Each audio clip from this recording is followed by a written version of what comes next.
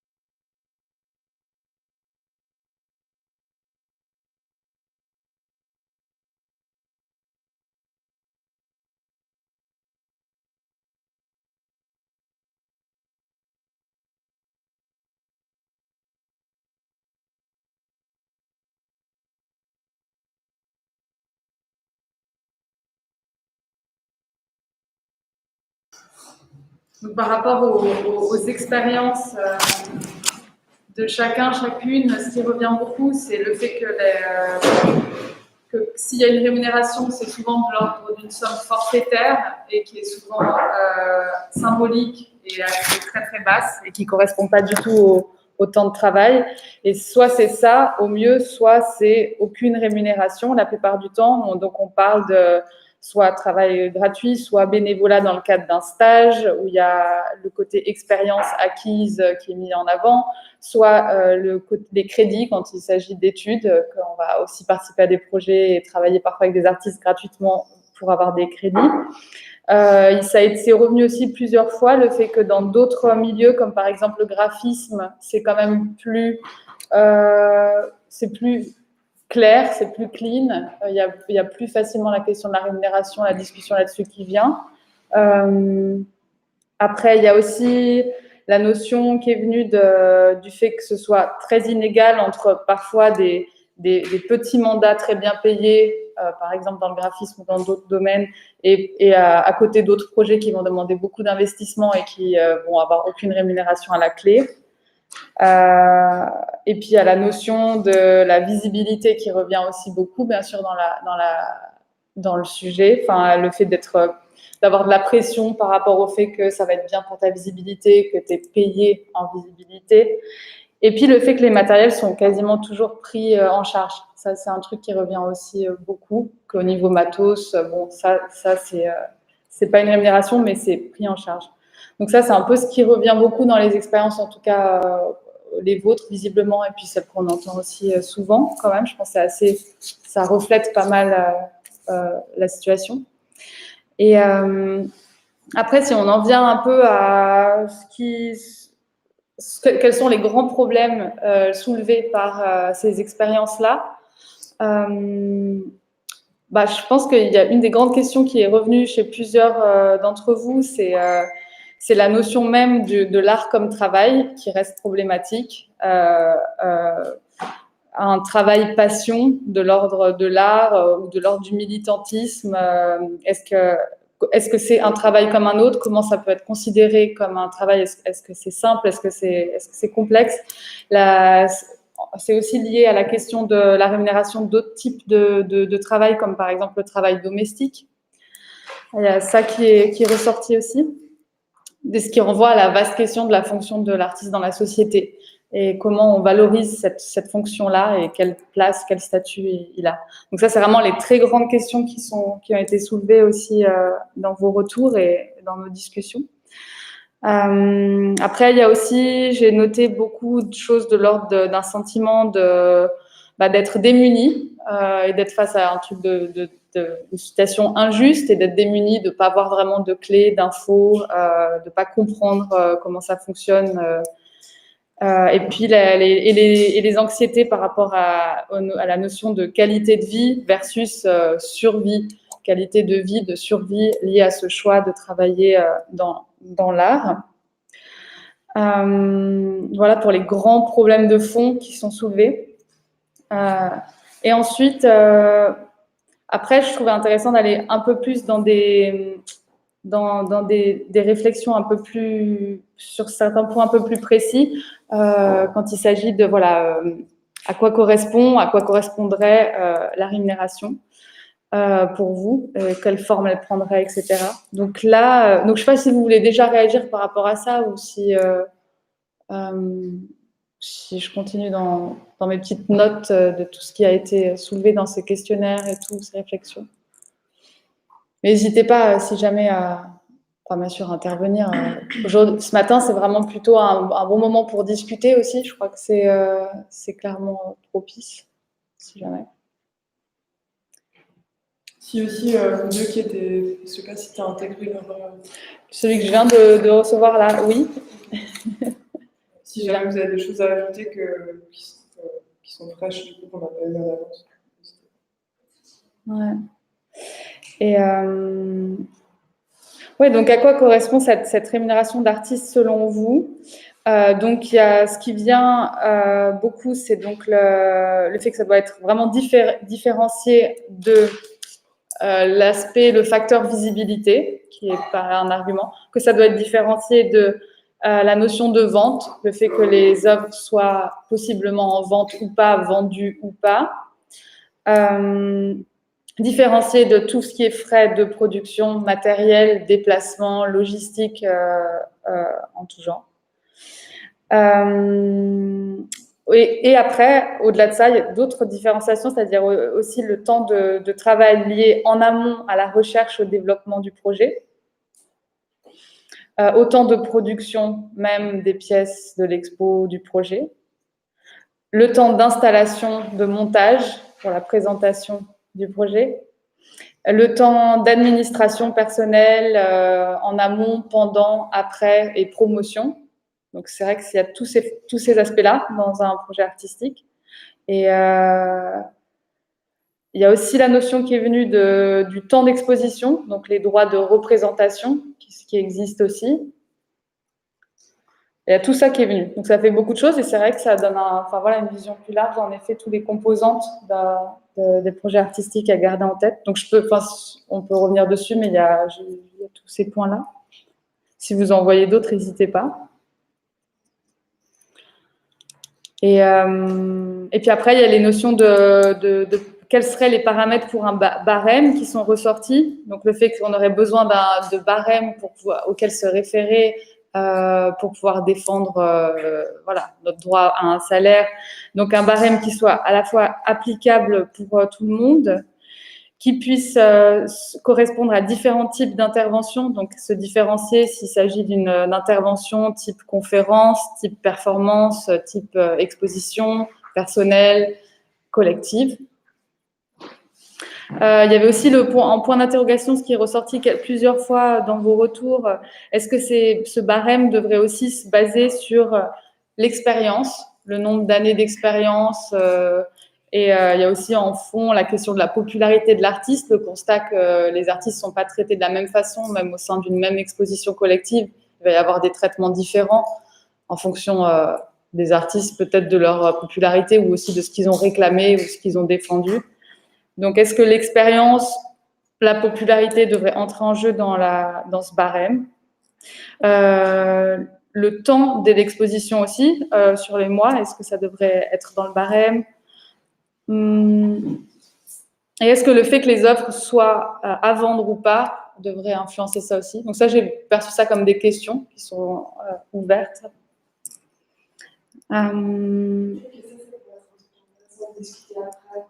De tous collecter des points qui pourraient potentiellement, des indicateurs, des choses qui pourraient entrer dans un barème qui permettrait de quantifier, et puis de discuter un peu collectivement quelles sont les choses qui sont faisables, qui ne sont pas quantifiables. Peut-être qu'on peut aussi un peu garder ça en tête, garder toujours des idées d'indicateurs qui seraient pertinents selon vous dans un barème. C'est ok si on fait en français ou ouais, so the idea is that, like, through the discussion, we keep in mind, like, kind of indicators that could get into a fee scale. For example, like the length of the exhibition, is it like new work, not a new work, collective, and then we put together, like, at the end of the morning, we just discuss all of these, like, indicators or factors, and to see, like, which are, like, doable, possible, whatever it is. Sorry, I didn't knew it was bilingual here. Nobody told me. So we switch sometimes? Is it okay for you both? Well, okay, and one of the last points that I've noticed in these papers is the example of coming more from the domain of graphic design, like would that be an idea also to count the hours of work? So this is a big question too, like this is complicated, but how an artist could also use this model, like to count the hour of work and to specify what step of the work was done during this period of time, this week, this schedule, to give a better idea of the amount of work and the salary. the wage that correspond to it. Voilà, so there's many questions interesting that were in this feedback from you, and the final point was your main needs in terms of administration skills. What would be the main point that you would like to go into? So that would be absolutely what we would work on tomorrow. And so I don't know if it's interesting to say it already now or if we check it tomorrow. Yeah, we can say that. Well, so the question that comes a lot are about fundings, how to whom to ask and where to find the fundings for our project. What about the self-funding? C'est comme ça qu'on dit, crowdfunding or autofinancement. What would be self-funding? No. But maybe there is a detail to find here, because self-funding would mean you are as an individual looking for funds, or is it through? It's not through like a structure. Is it self-funding? Ouais, je sais pas. Il y avait une occurrence du terme autofinancement that I understood as maybe crowdfunding, or how to fund your work with other jobs, which is obviously something that we see a lot. But I guess the question is also about how to make something feasible, like possible with different kind of fundings, right? Because for instance, there is like when you say auto-production in cinema, for instance, it means that you found yourself the funds, but it doesn't mean that it's your own money. It's like funds you grabbed yourself. It's not through production. It's like yourself directly. There is no bridge between you and the fund. You found the mécène, the sponsor, which is almost always the case in art, because you don't really have a production team looking for the fund for you. It's not through a structure. So basically, the visual artist always you as the artist or the curator that look for fun. We rarely pay someone to look for fun themselves. Well, when you're invited in a show and that you have production budget, it's the structure of the fund. So it's not you who looks. That's also always inspiring to look at other domains, because it's true, if you look at cinema, of course the amount of money are much bigger, but it can always be inspiring in this reflection to see that this aspect of a team that is professional in the funding research, like that would be a good thing for visual artists too, maybe, if you imagine another organization and something else, even if it looks quite far from the actual situation. Yeah, for me, the question of self-funding, I don't know if it's the way that the person who runs self-funding meant it, but it can also like bring a conversation about artists or collectives that just have a negative, that resists to the funding system, whether it's like private foundation that basically get their money from big entities, or companies that they distribute many contracts or whatever the argument might be about like resisting this funding system. So also like self-funding could also be like auto-production, kind of self-managed, exchange-based dynamics in the work, I think. Mm-hmm. Yeah, it would be helpful maybe in this memo to have like a kind of clarification of these different axes or attitudes that you can have with the production. Like you can either choose not to address certain external funds, or like public, private, and you can also go through structures, or maybe it's. Yeah, maybe we will talk about it also this afternoon, but in the spaces that we wanted to go see, I think that's in the end, because not answers, but there's like several spaces or collectives, even here in Geneva, that just resist the idea of like public funding and that don't ask for money for their activities. And then they just base like the whole reflection and the whole economy of the project on another level than the money. which is also like a super strong political action, even if it's not. Do we know the places in question? Yeah, duplex, for example. And limbo in Duplex is like everyone see where is duplex? Yeah. It's near the station, near HEAD, in the grotte. It's a place which is. It's actually one of the oldest like Yeah. spaces in Geneva. 10 years. 10 I years think even old. more. Yeah, maybe. And basically they have like this, they have this, we call it subvention en nature, so basically a funding through land or housing or something. So basically they get the rent for almost free from the city, but they just, as a political statement, they don't ask for more funding than maybe like super,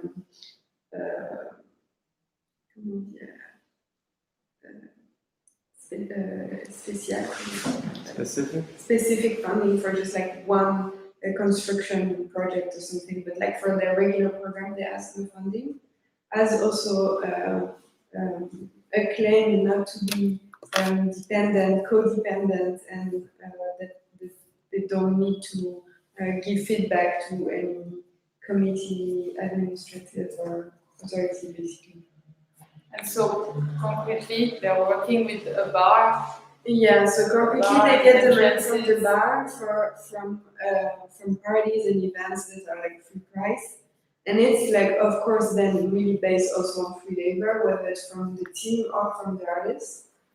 But then it's claimed as a political statement, position. Free labor, kind of. Kind of. It's not that they would claim that they are pro free labor, but for them, free labor is less problematic than being dependent on administrative or public or private funding. Mm-hmm. But I could not speak much more about their point of view, but the things that I've been discussing with them, it was basically that. And I think limbo also is quite in this direction also. Limbo is this space, quite young space, like recent. You know it? It's in Oville. Yeah. It's not. It's like it's a new off space, but I think it's not only dedicated to exhibition. They also do like residencies, performances, meeting moments, and so on. And they also are based in another economy, through not asking funding, through exchanging work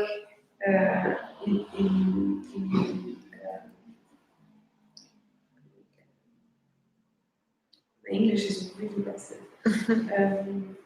En échange. Yeah, so basically they exchange their work in exchange for like the location. Yeah, so through different. They're working for the landlord. They do several amount of hours. Yeah, like monthly. In exchange, they get the space for free. So they're making like the building popular, so that they could.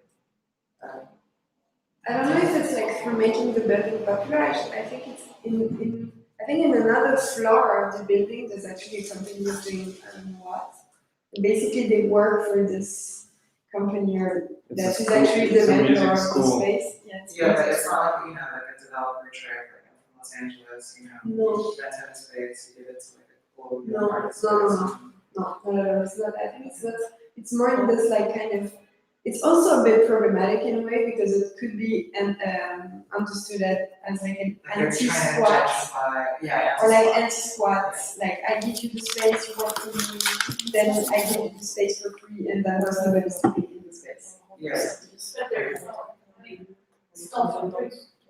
Then it's not for free, of course, because they work for them. So basically, they give their labor first to the landlords for the space for free. Which is also another, like, even if like, I would personally not do that, that's also, of course, like, another system that makes that they are not dependent on like a funding or foundations and a public administration or whatsoever. So basically they're in some ways more free in their action than other collectives or experience. But it's like just another economical model of, yeah. Ça, c'est aussi l'une des questions qui est sortie dans le questionnaire. Gérer un espace, un off-space, comment, pour qui, pourquoi. Donc, c'est enfin dans ces questions.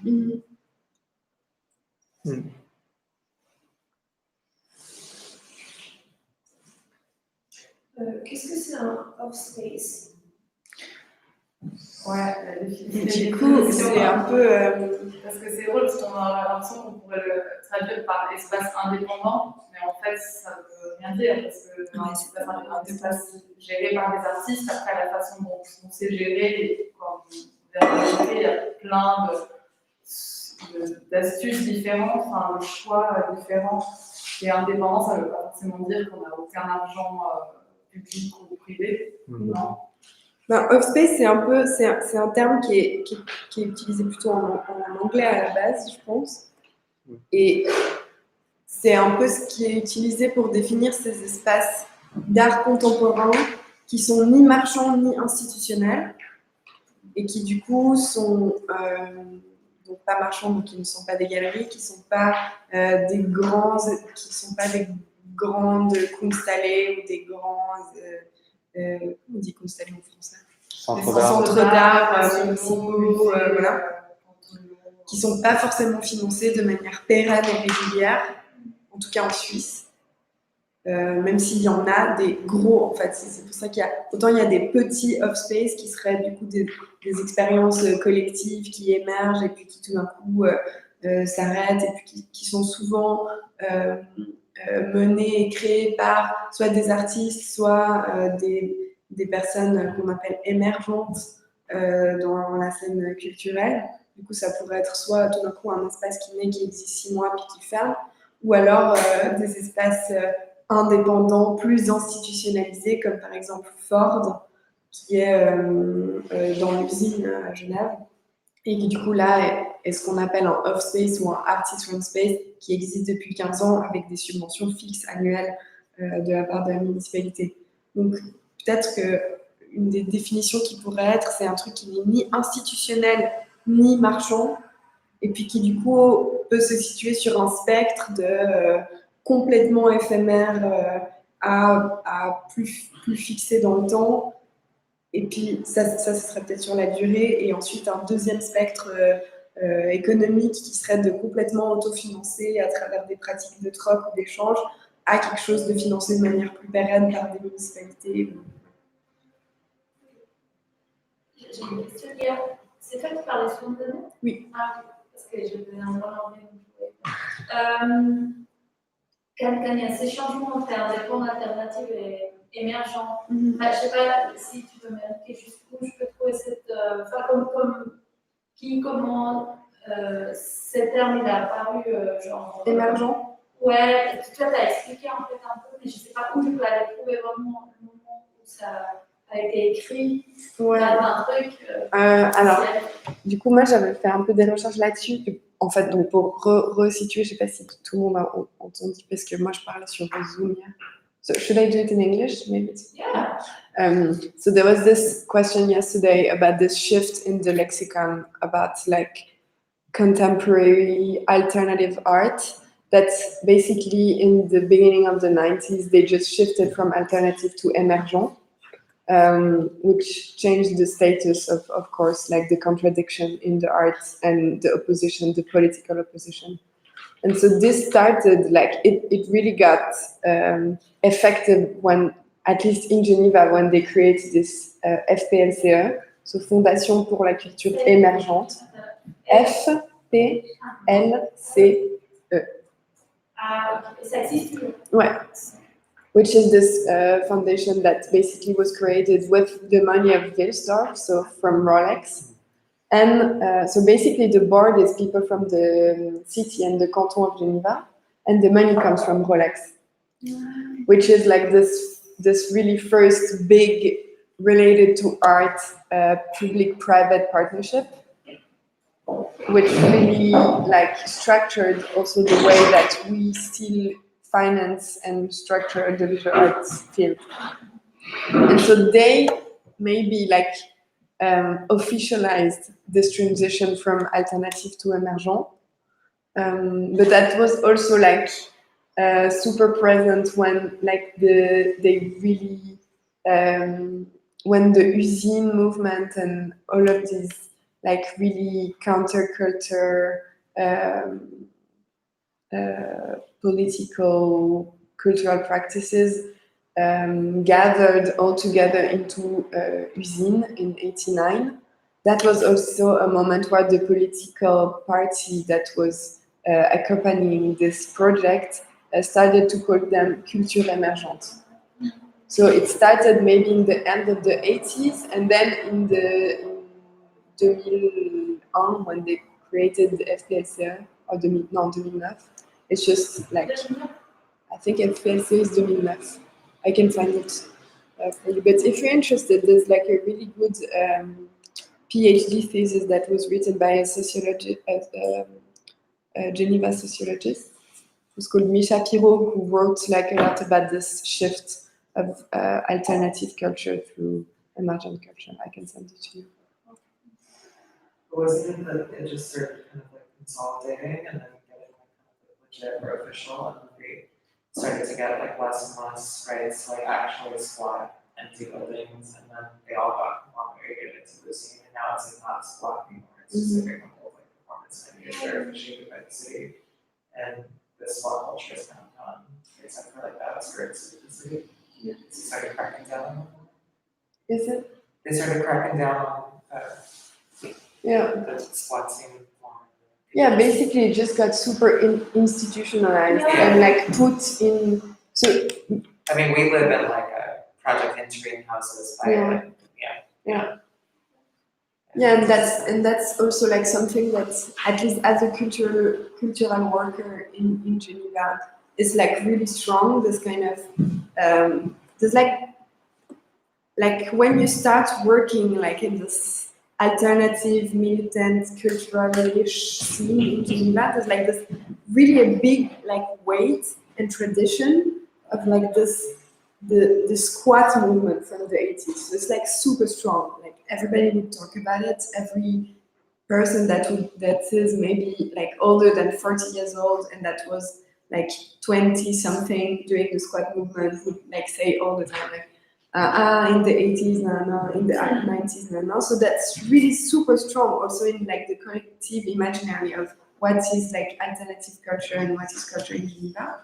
But then all those people were actually like their practices were completely transformed by the end of the squat movement, and they got basically like institutionalized into these like studios or like, as you say, like Project Interim or like Picto, which is like all these buildings that like that are owned by the city or by the government, and that artists need to have substantial funding to pay for, and it's just like all this movement that basically like made the artists in also this dynamic of needed to ask for money, because now they could not work in a place for free, so they had to rent the place, but as they're not paid, so then you have to ask for funding for them. So it's just all this dynamic of creating needs also, which is really a dynamic that is applied in many different locations in capitalist societies, just like this creating of a need. It also became one of the realities for like cultural workers. It's like you need a studio that you need to play, so you will need to ask for funding.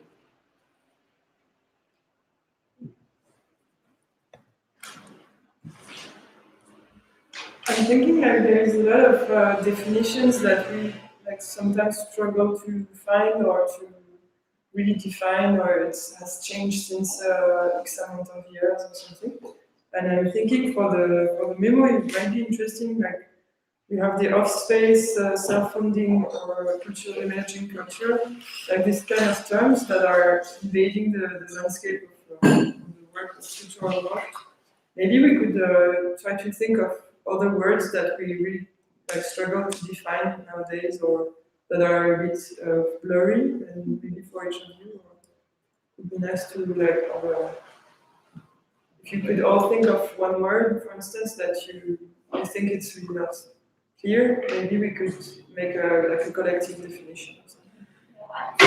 Because I asked them because I was I'm writing like a dossier for funding, and then there was like this copy pasting from other projects, and then I saw like HEAD-Genève, and I was like, what the fuck is that? Like, what does it mean? Like, what is emerging from, or what? And I think it's super important to create new language to why Rolex still, I mean, it's funny how the squad people adopted what Rolex told them they are, because of the needs and the strategically, it's okay, but it's funny how now people who have been in this movement call themselves culture and art. Franchement, ça veut rien dire. Enfin, je sais pas, je suis pas francophone de la maternelle, mais bon. Ouais, la définition, elle a pris un autre sens depuis. Je comprends pas que c'est émergent du courage. It's related. I think it's also related to education program now, as I think when they call it emerging, it means also a certain kind of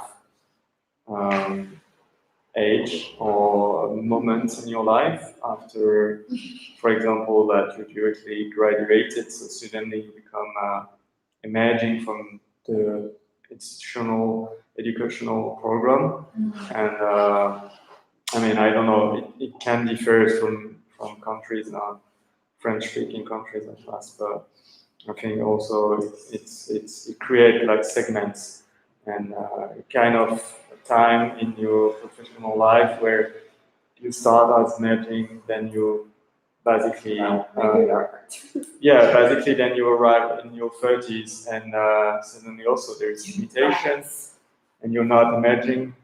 You then transiting to a new class or a new segment of professional worker that is not that, and it links from what we said yesterday about the constant myth of getting new art and have this feeling of constant newness every time, that it's a perpetual state of emerging things, and that this kind of words also embodies and try to promote this vision from the beginning, from the educational program, that it brings these ideas into your head and into the way of functioning and seeing things also.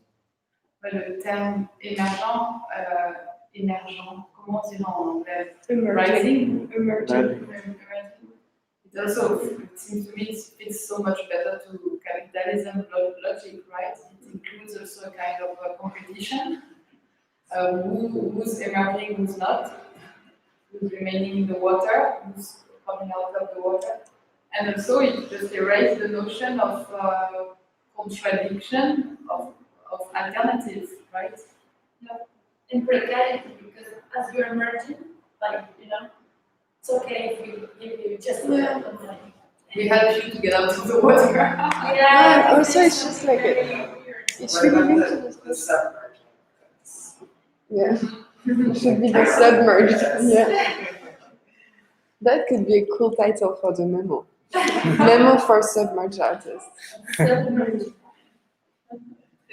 And also this question of like emerging, it's just like it just also creates really this. It forces the artist to be in this moment of transition, like of eternal transition between you don't know what and you don't know what, which could be like one of them could be like this moment of entering the art market. Is it like emerging before entering the art market? I don't know.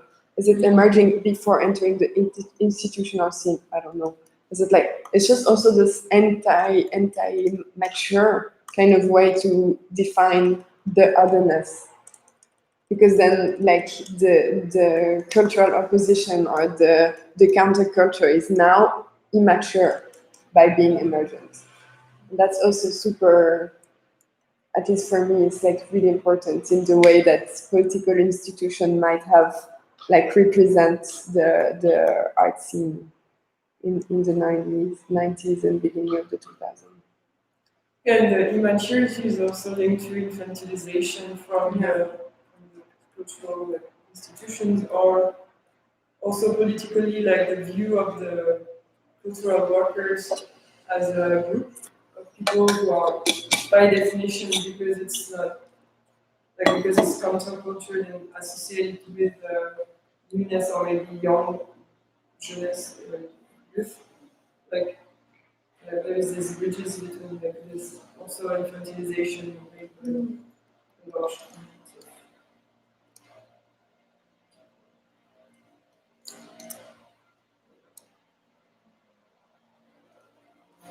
Ouais, si on continue sur les déterminés lexiques, c'est vrai que ça pourrait être intéressant peut-être à ajouter aussi demain au mémo collectif. Ben, s'il y a d'autres termes un peu complexes qui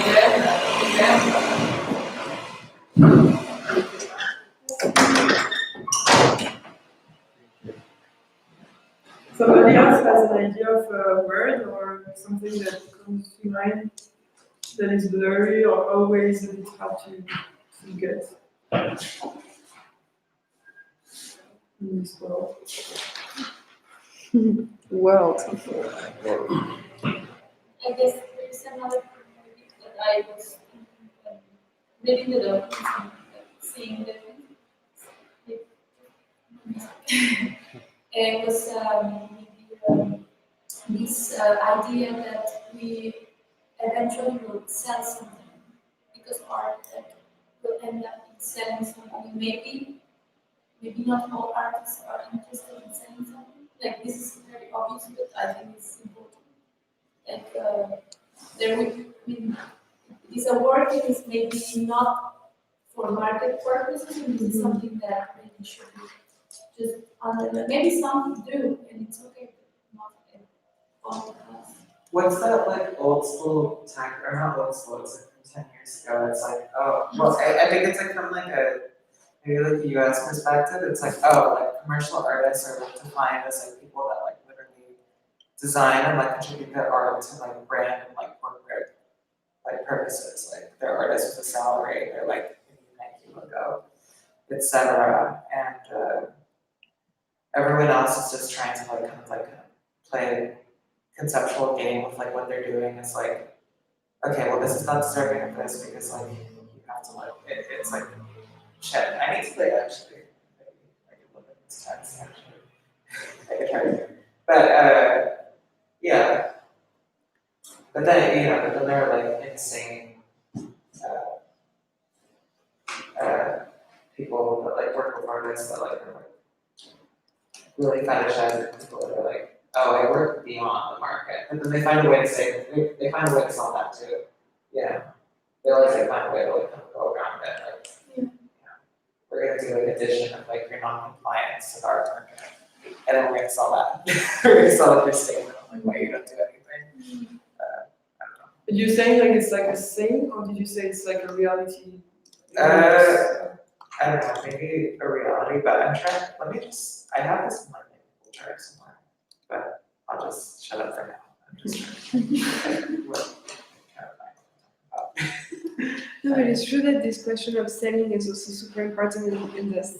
Also, what we were speaking of yesterday about like understanding art as a research and how to pay the moment where you're not producing or not exposing or not selling, then it's just like, because as long as the art market is just like the only way to get paid is through selling, then it just excludes from like living art all the practices that are also not sellable or not understood as sellable from the market itself.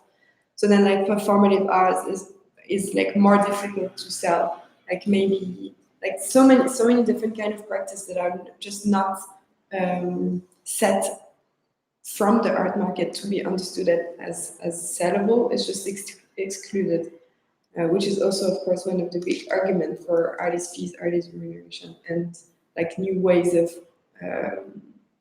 framing the art practices into wage or living practices. And I'm not sure I understood all what you say. What's your name?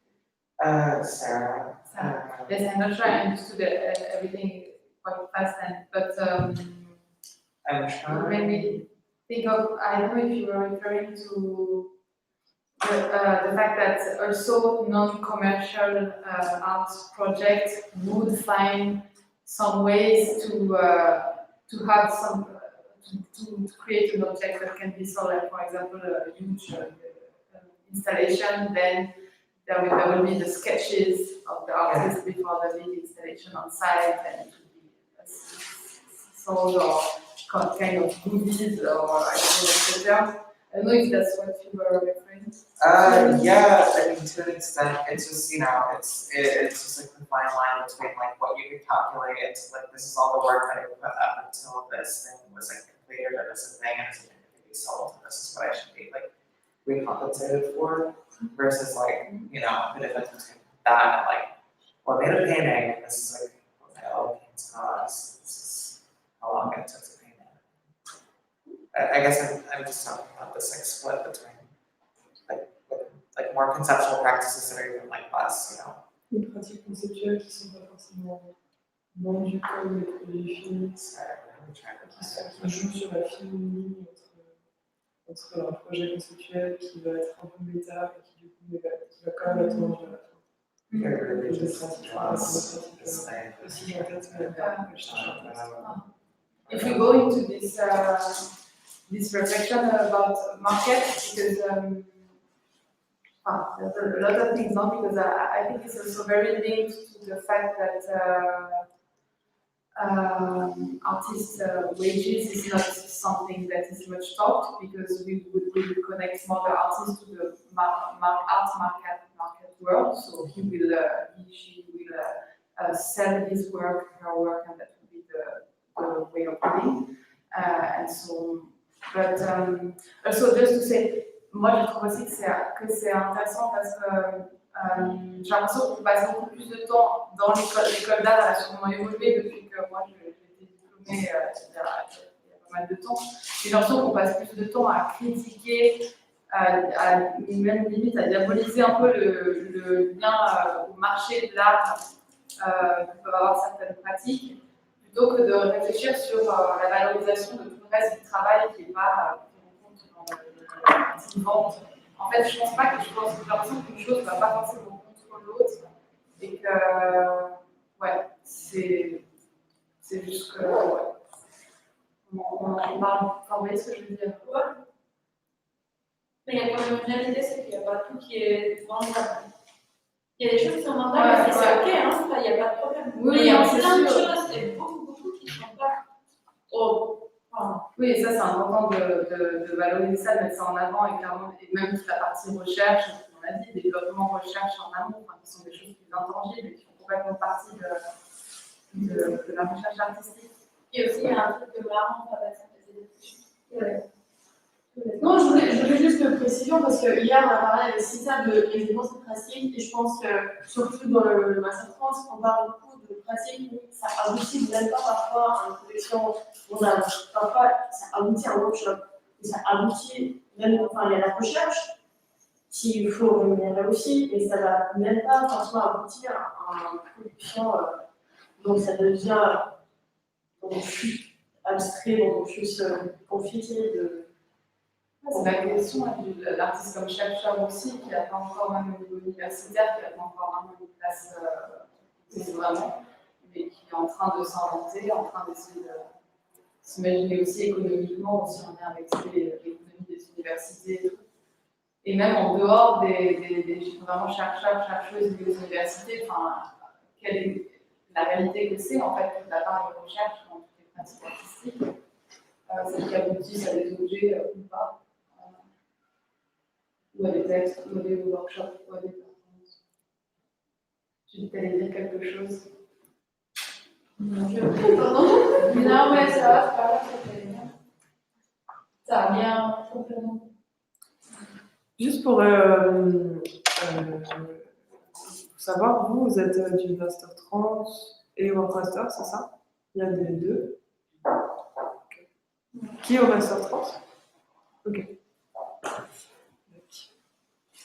Oui, en effet, dans le Master France, il y a c'est pas forcément un but de production d'objets en fait. De production, c'est un peu entre les deux. C'est pas uniquement objet, le problème c'est de ne pas la prendre en attention. C'est plutôt le chemin parcouru limite qui fait que c'est le travail là-dedans qui en a la production physique. Ouais, mais ça n'exclut pas la production physique non plus. Un peu ça qui est mal compris dans l'école, c'est que oui, on produit aussi, mais pas forcément. Mais cela dit, c'est pas forcément mis en avant dans la pédagogie de master. J'étais assistante là-bas, c'est pas vraiment mis en avant. Quoi? La production d'objets. C'est soutenu par le fait qu'on va avoir une pratique personnelle. Ouais. Dans le sens où on va continuer à produire par nous-mêmes, et après, évidemment, comme ils ne sont pas fermés, mais ils ne veulent pas nous mettre une espèce de but ou nous faire cibler sur une seule, par exemple, nous demander de faire un workshop ou une sculpture, je ne sais pas. C'est pour ça que du coup, il n'y a pas tout le temps une production finie ou alors quelque chose de vendable comme on est en train de parler. Mais du coup, c'est plus, ils ont compensé ça, je pense, avec le fait que derrière nous, on va avoir une pratique personnelle. I think that there's also like the goal, like and this is why I was talking about the goal part, like not like our intentions are very engaged with the world. Many artists are also, but our specific, we're trying to develop methodologies, objects, everything that engages a little bit with the outside world that is not just the world of art. And our kind of art is really like, oh, this is like social work, or this is not like, and this is also our root, you know, like this is also a kind of work that can be done, and it's artistic work, and it's interesting, and it's but when we want to share this with a community, you're not expecting them to pay. Or yes, maybe have exchanges, like symbolic exchanges, maybe they can give me rights and I can give you a presentation. I have seen this in a context, but you know, like a specific art or goal and the things we're trying to develop are not, or rarely. So we need also funding for doing stuff that are not material, that are not, sometimes they are even difficilement présentables. So that's our challenge and that we're working on, but that it was more like in that sense my comment, not to that diagonal our market is already done and it's not, it was not about that, it was more like really there are practices that are not meant to be commercialized and almost like against, like it is legitimate because that's what we want. Mm-hmm. And that, what about the Work.Master? Do you like regarding this kind of input that is brought by the program to you as an artist or producer of art? How do you see it? Like, is it like, do you see the goal for production very clearly, or like I guess it's changed also since I did it, but I think it's interesting to ask also towards the master, like the pedagogy that is built, how you feel it like. I think the Work.Master is quite personal. Everyone's just only wants to use his arts, how he wants to like do his art. And there's like a lot of different positions, and I think it's like a consensus. Mm-hmm. It's way more focused on the studio practice, I guess, and how to pursue art and to produce art. But then I don't think everyone wants to also sell their art based in the Work.Master. Okay. But though there is also this price grants at the end that you know about quite early, and I guess it defines also, I think for me it was defining already that the work would be presented and would be in this kind of competition kind of mood, or do you feel like it takes place in your like the way you live the program? Or? As me as an individual, Mm-hmm. I don't know, personally, yeah, I mean, I know where I want to get professionally and I'm pushing for it, so I'm quite ambitious.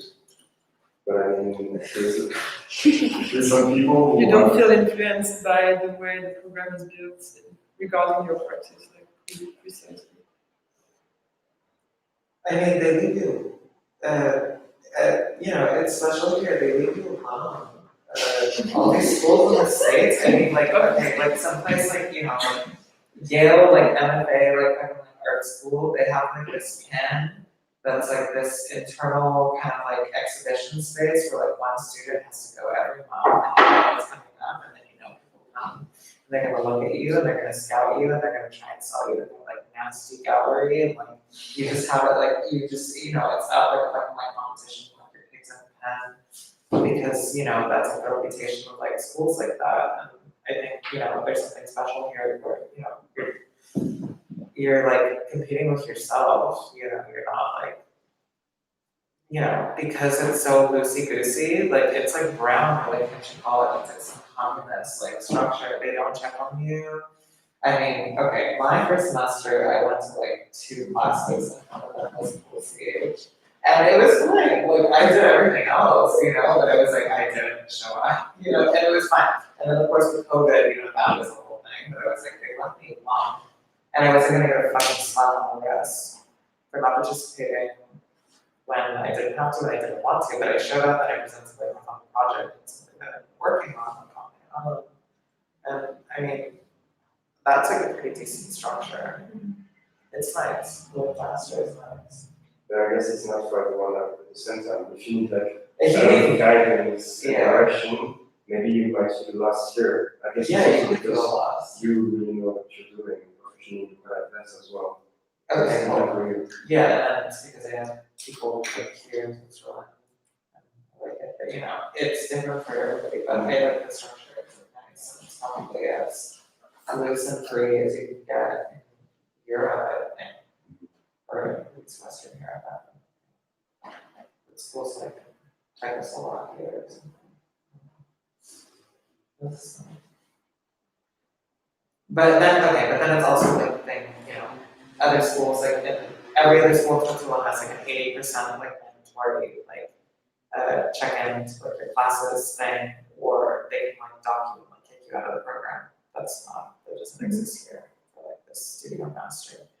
Everything else is just like okay, you're out. I've had friends that like have lost their visas because they couldn't make like 2 classes at Tadalika or in Basel. And then they're like, oh fuck, now I'm illegal here and I have to like try and get into another school and like get a visa as a student. And I'm just like, okay, well, I chose a loosey-goosey school and I know what I was doing.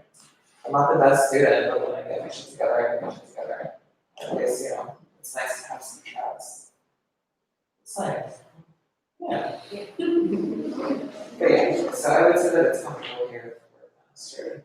As long as you're kind of comfortable, you could get into it or you could not, but you're not gonna get reprimanded.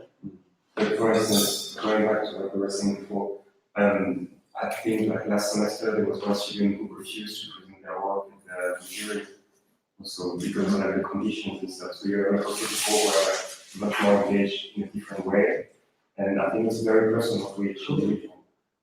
I don't remember. Because it wasn't like for the student, it wasn't didn't want it to be mandatory to present the work.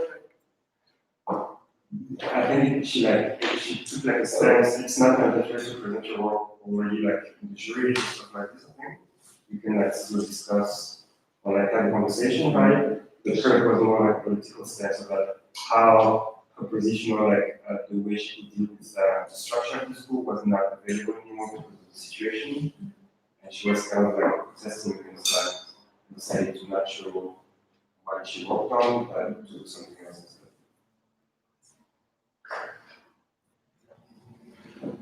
I no access to the studio on this period of time, but it's not an option.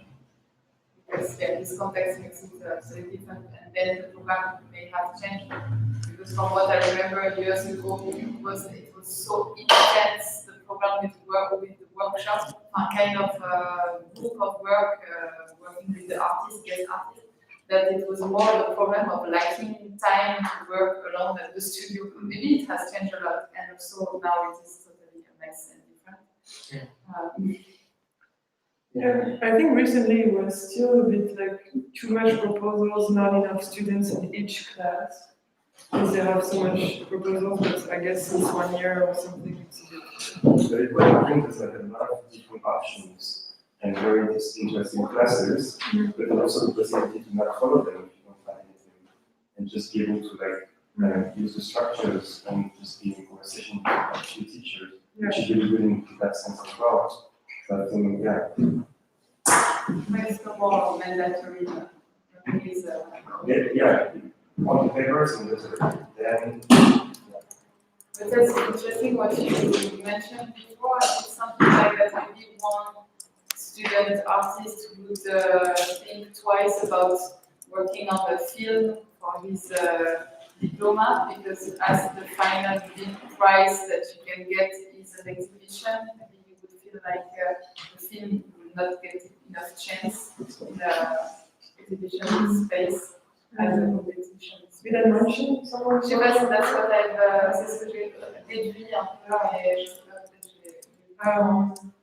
Yeah, I think that when you follow this kind of, yeah, of course, if you have the knowledge that there is grants regarding the show at the end of the studies, and that it might help you to, show your work and stuff. Of course, I guess I'm not sure it was an influence on me, but I guess it's, unconsciously it influences the way you think of it, of the shape of the work or the final shape of the work and the studies, or I guess. But for the film, I would have said that you show it anyway in the show. Okay, to show it in the show, but yeah, to screen it. Du côté de trans, est-ce que vous définissez pas mal le projet comme de la médiation, ou est-ce que c'est complètement autre chose?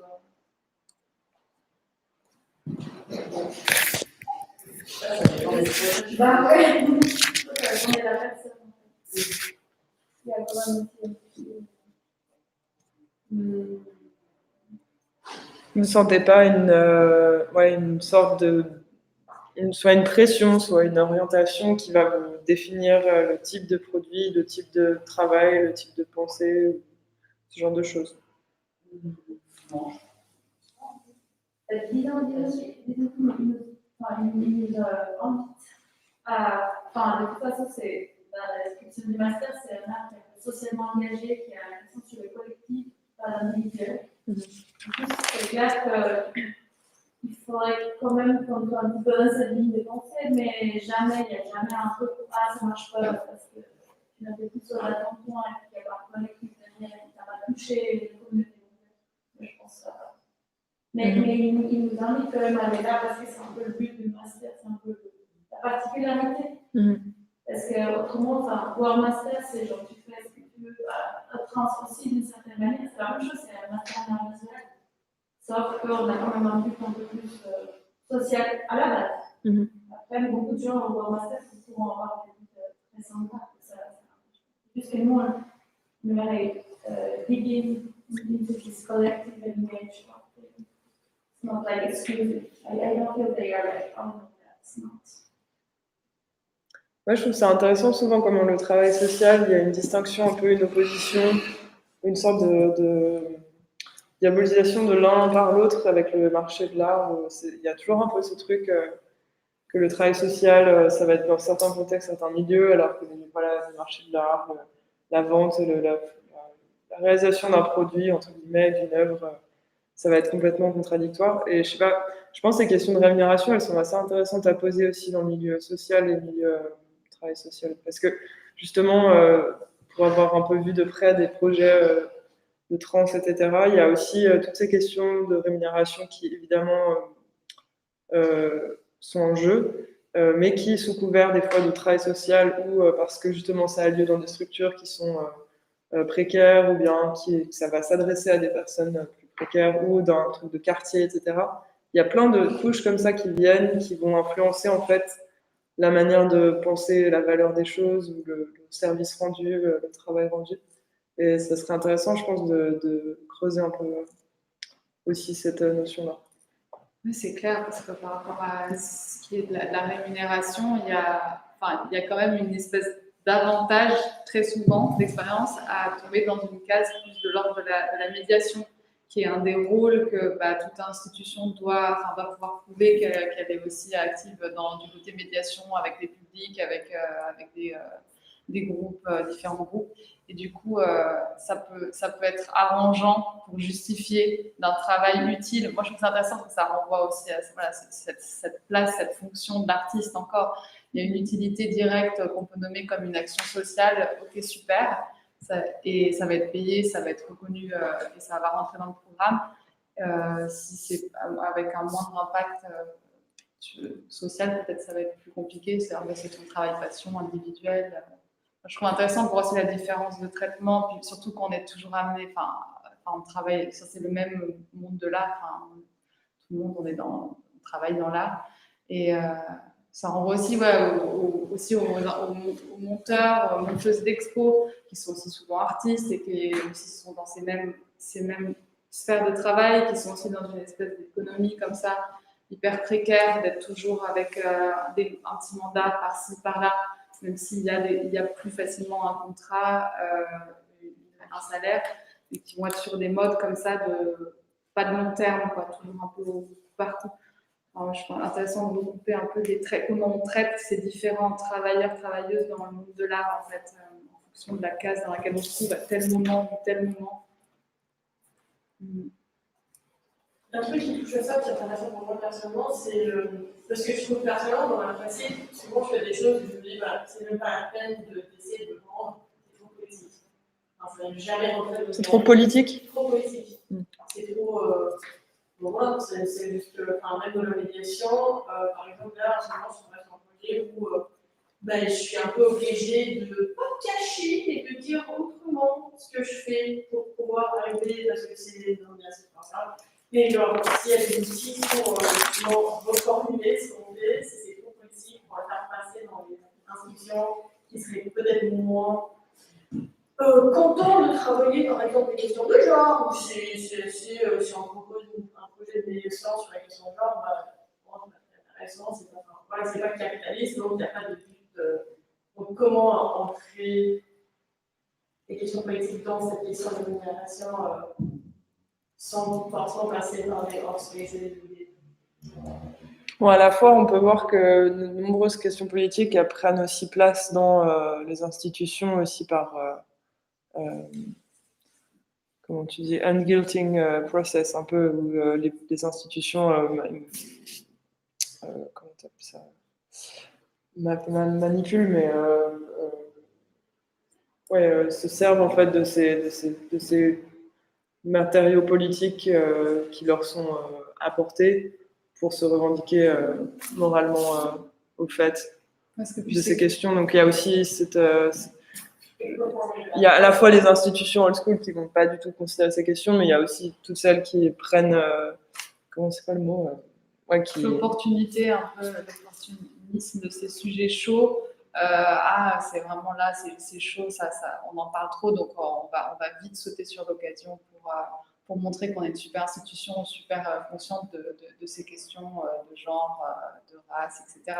Donc il peut y avoir un opportunisme aussi qui peut être la réaction opposée à celle que tu dis de « Ah non, mais ça va être trop sensible comme sujet ». Il y a aussi la réaction clairement opposée. For me, the problem is also that I don't want to be part of that performative activism. What, sorry? I don't want to be part of that performative activism. Voilà, performing activism. Ça remet donc performative activism. Oui, mais quand tu parles, when you speak about the fact that they might not be interested in gender issues, then they might be because of performing activism. Right, but then you find yourself, either you're part of this like capitalist, yeah, or. But it could be that as well, right? So, yeah. I think it's working out great for the States right now. You can hear what? Sorry, I said, I mean, it's working out great for the States right now. Oh, for sure. It's a problem. Don't talk about you.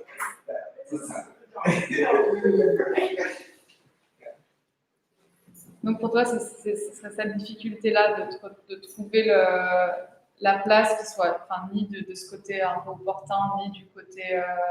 C'est ça ce que tu voulais dire That pour you have définir ton that you have travail, to dim présenter. a bit your political statements in order to make it.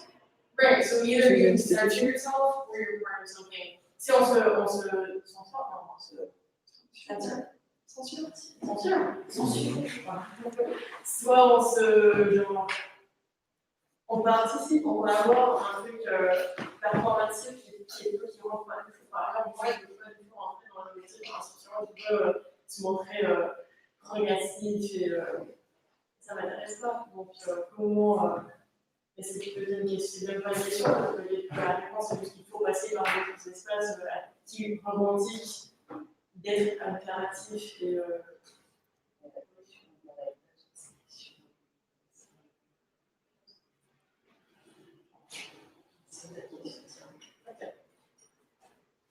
non, merci. Mais parce que ça, c'est la question que je pose, c'est une possession de ton master. Oui.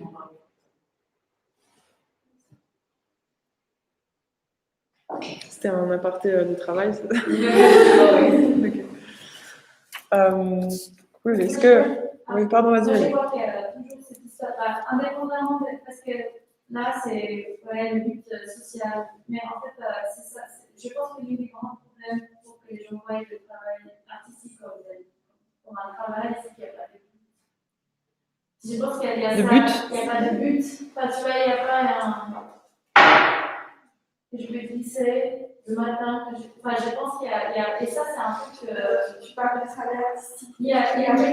En général, in general, like I think this is something that we don't have an answer for it. I don't think we will find one, but I think it's one of the main issues in that why people don't see the art like work, because it's like not where is something sellable, because that we understand, that system we understand perfectly, something you do and you sell that.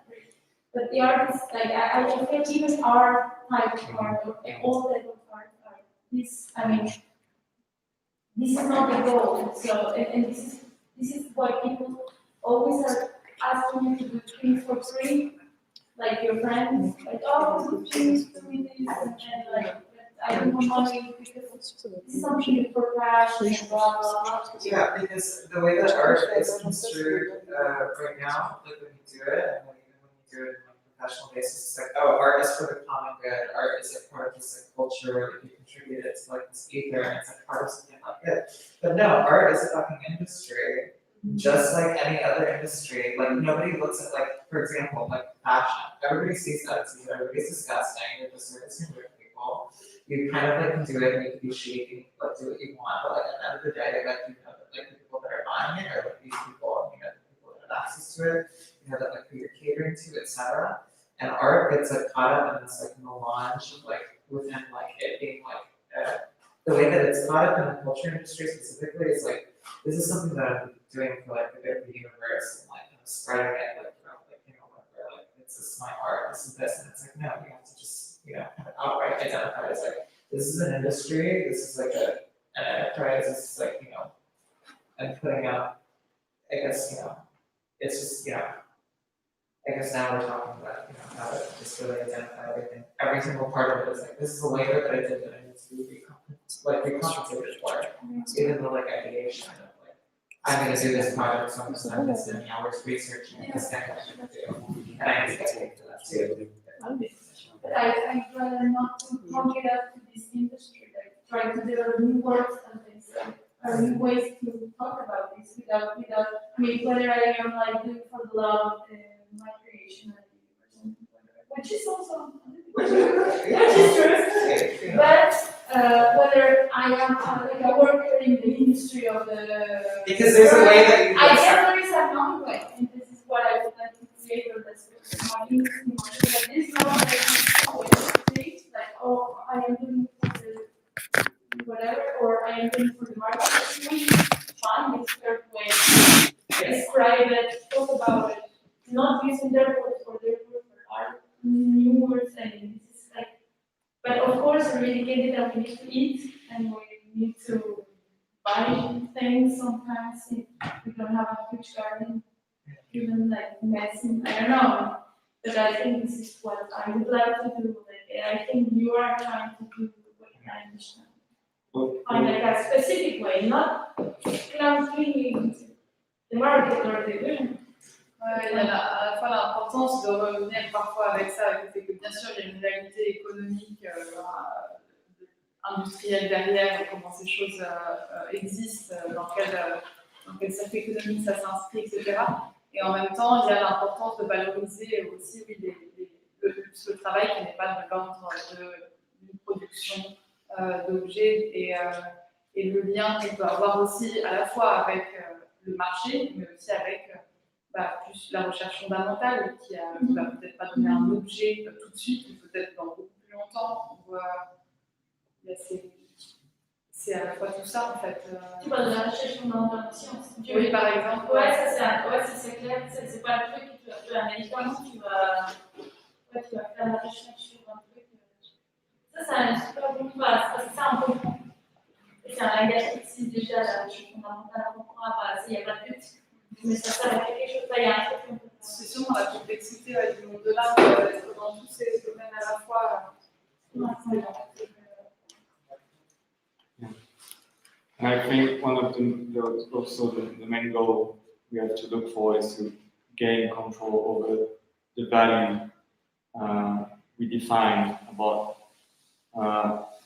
the big cloud of artistic production, which is actually generating a lot of money. We know by facts that the cultural field generates like it's in Geneva or in Switzerland. It's like the third rank of internal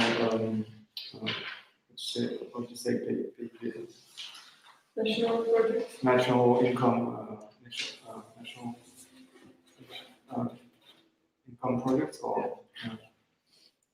So it's not a question whether it's useful or not, because it doesn't have to do with usefulness. It has to do with, if you just take it as a capitalistic way of seeing things, it generates money, it generates wealth.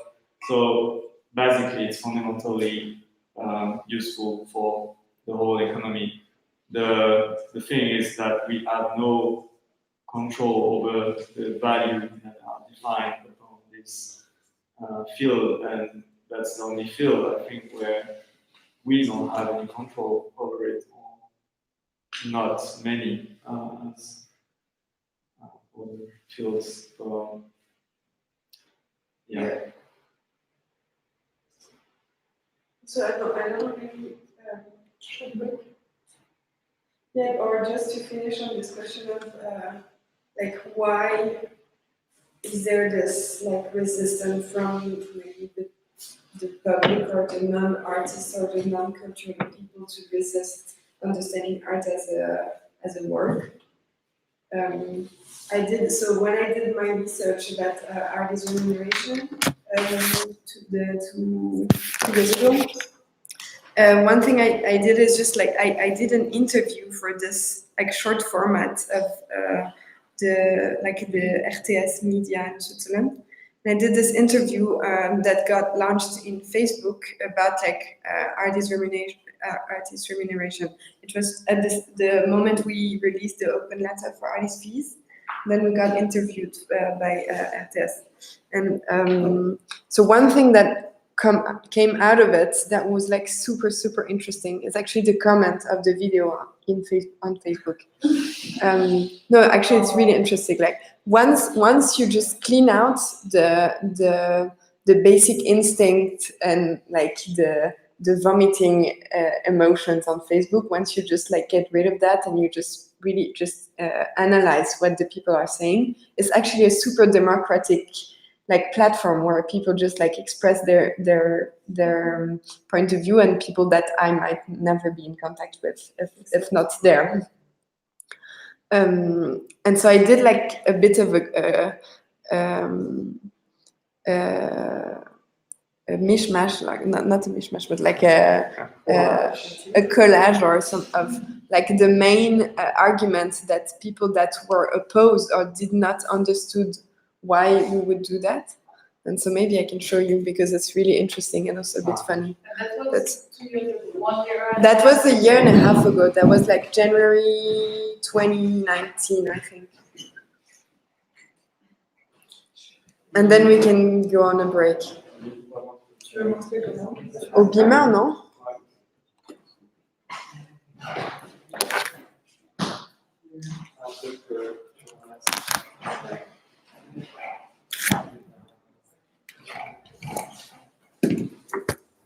And so even though we should not like, I think it's not funny in the sense that, of course, like many of these people probably have no idea about how the art world works, just as I have no idea how the medicine like field works. So there's like non-professional journalists, like they don't know.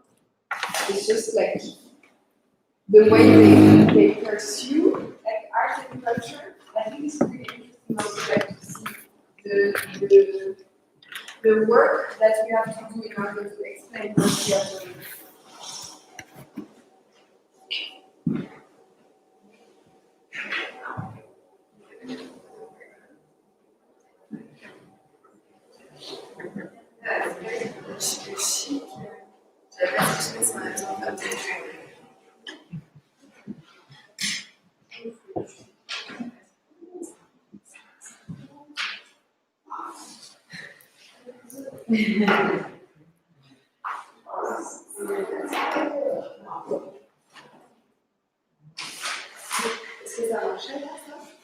Avec moi, oui, mais c'était pas le même adaptateur du coup.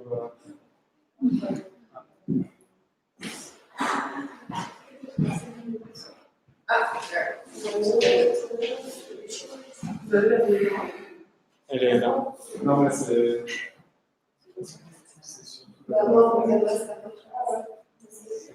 Là, ça commence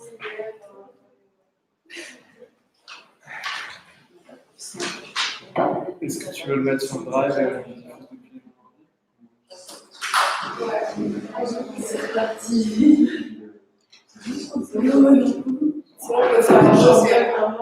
maybe we do a short break, and then when you come back, I have this. Like 10 minutes of break? Is it okay? 10 minute break. Yeah, we need to install this. Alright, Alors oui, on va faire des choses. La fête. Ouais, on fait une petite pause, ouais, parce que je peux continuer à 13h après. Ça me va.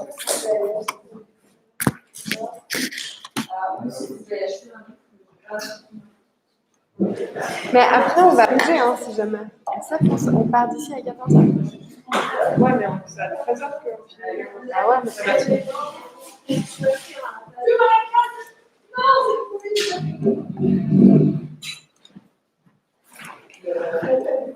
Parce que là, on a déjà compris pour le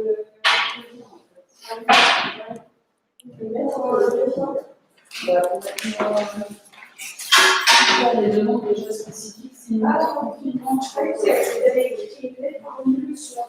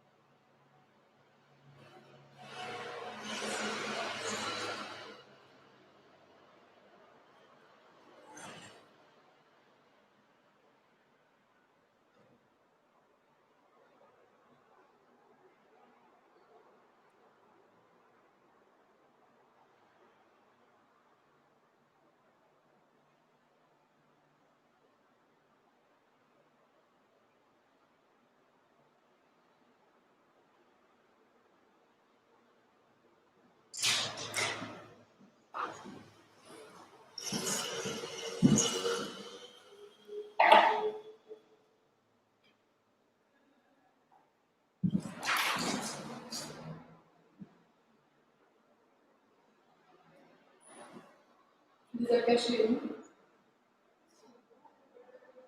Ah ouais. Et les papiers qui vont s'envoler.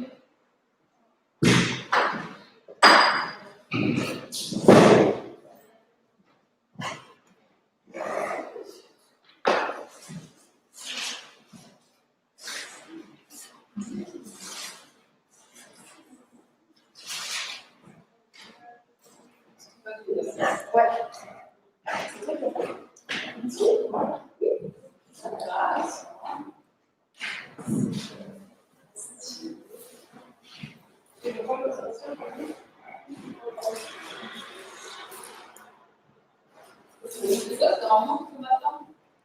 En fait, c'était une situation.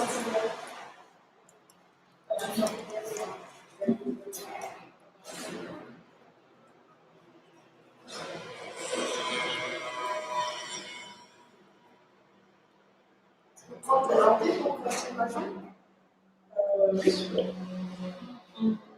En fait, celui de Jonathan hier, du coup, peut-être que lui, c'est sûr. Ouais, je pense. Trop la classe, hein? On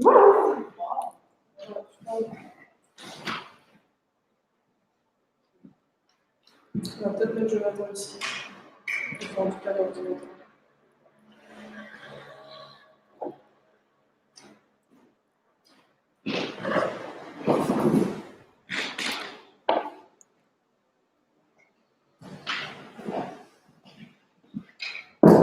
Oui, je ne toujours pas eu un papier parce que j'étais super cool. Du coup, on va parler de l'atelier avec les pratiques 28 novembre. Il faut aussi que je parle avec ceux de RU parce qu'ils ont l'air d'être en panique apparemment. Ils ont l'air de vouloir annuler des choses alors que on n'est pas du tout obligé d'annuler ni de passer à distance. 50 personnes, on ne les aura jamais. On ne peut pas, en plus, on s'est rendu compte qu'une petite vingtaine, c'était vraiment un bon format. C'était celui de la partie workshop de l'atelier A, et c'était celui de l'atelier B, il y avait 17 en tout. En fait, c'est super bien pour discuter. C'est très bien de pas. j'espère qu'elle est Je voulais juste voir un peu si vous avez un avis contraire, mais avec Sylvain sur ça aussi. Il faut savoir si on peut faire quand même. Bah oui, de faire comme on avait dit, on veut définir précisément le nombre de personnes présentes, si elles veulent limiter à la première. Il y avait aussi, tu m'avais dit que on a la possibilité aussi d'ouvrir l'espace bar, si on était plus nombreux, si on avait besoin. Normalement, ils sont payés pour ça, mais. Ou définir avec eux, si on a que la petite salle du fond, ça serait combien de personnes Vous voyez, c'est la fin de à la rue? C'est la première fois qu'il y a la présentation. Après, le soir, il y aura des espaces sur le plan, dans le cadre du débat. Après, souvent, je fais un message seul. Ah bah oui, oui. Je peux donner une place. C'est pas un artiste. Il y a souvent, on discute avec plein de gens. Super.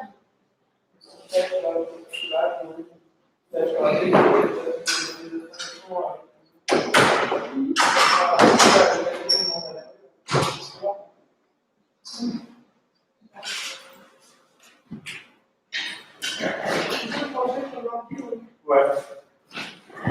Yeah. Ça m'a étonné de ne pas dire que la partie à ma professionnelle où elle avait tout en famille que elle allait avoir tout passé en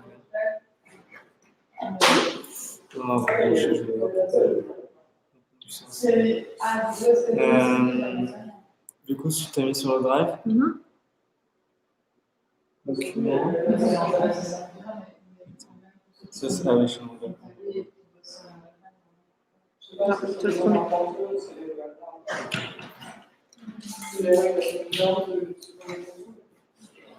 Je pense que ça, avant que l'annonce. Oui, c'est grave. Peut-être que je voyais dire vraiment.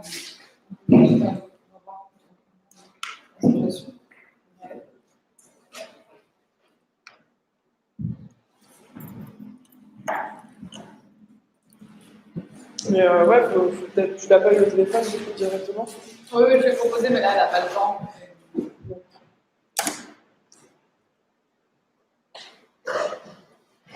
Dans ce dernier mail, elle me disait, j'ai pas le temps, donc faites-moi un petit mail court, vous me dites ce que vous voulez faire. Moi, si je lui répétais, je veux le faire en présentiel, en vrai. Je fais un zoom dessus et puis vidéo. Quoi?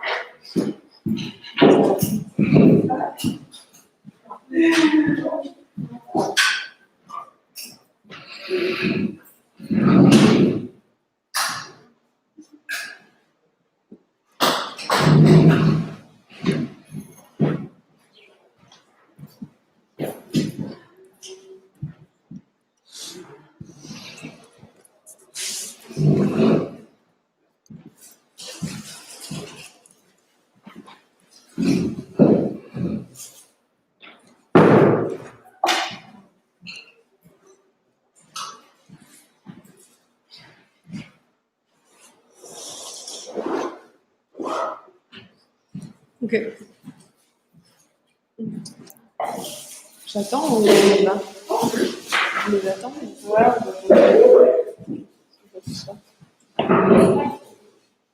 Il y a des gens en ligne ou pas? ouais. Personne. Au niveau du son, la catastrophe, ça pourrait être. On a essayé de déplacer ça, mais il n'arrête pas de tomber par terre et tout. C'est. Ouais, Mais on peut pas juste le laisser là. non, non, faut rapprocher vos yeux. Faut juste le bloquer avec un petit. Non, mais je vais déjà faire.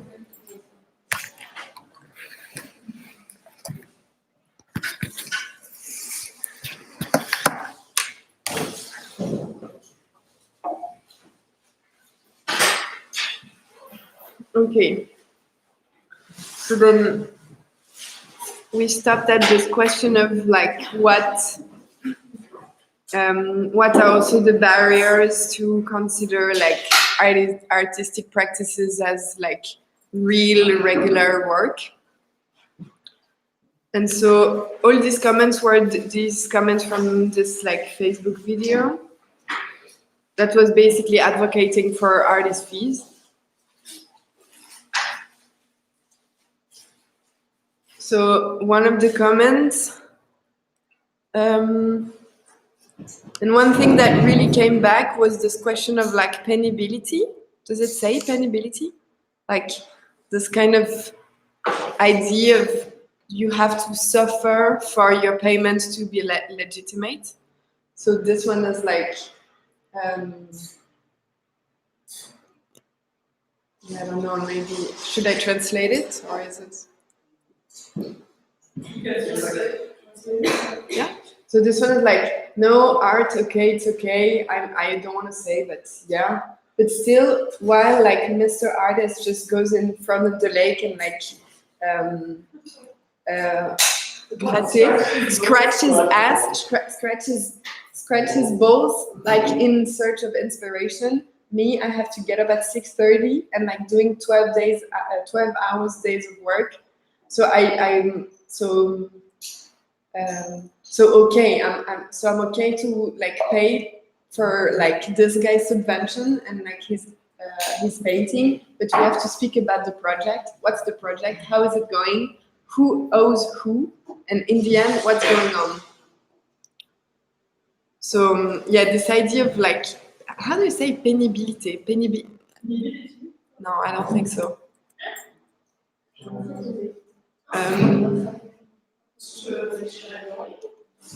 No, it's like this idea that you have to suffer or to give an effort for your salary to be like relevant or legitimate. And that's something that really comes back a lot. It's like this idea of a real job is something that you need to suffer for. Very biblical. Very Christian. Yeah. So this idea of a real job was also like this comment. Maybe we don't have to like read them all. It's like you won't take the money of like honest workers to finance your crazy ideas that nobody wants. And about that, if you don't live from your art, nothing stops you to have a real job and to earn your living like everybody else. You're not a part of a privileged caste that needs to be financed by collectivity. Your art is a passion. Please live it as such on your free time after having worked and earned your life honestly in a real job. It might be hard to understand, but just a really small part of you really deserve to live from their art. The majority of you don't have the talent that they think. So you just have also to maybe clean all these kind of really like emotional sentences, but what comes out of it is really this idea of like real job. It's really just, it's not considered as like a legitimate job.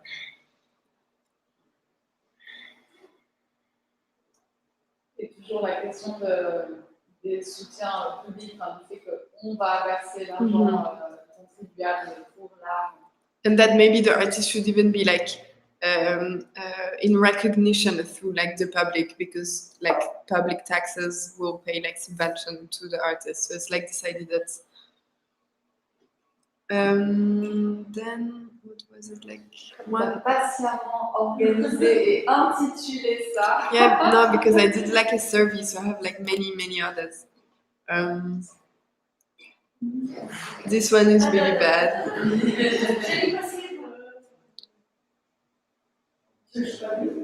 So this one says like definition of the artist, please, because of us just like to shit with paint and shit on toile, canvas. We need to discuss about it. Me, I get up every morning to earn a salary and pay taxes.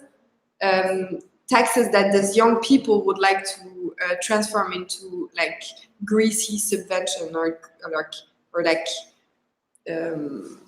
generous funding. That doesn't. Encore la notion des taxes publiques et puis la souffrance du travail quotidien. Voilà, c'est ça.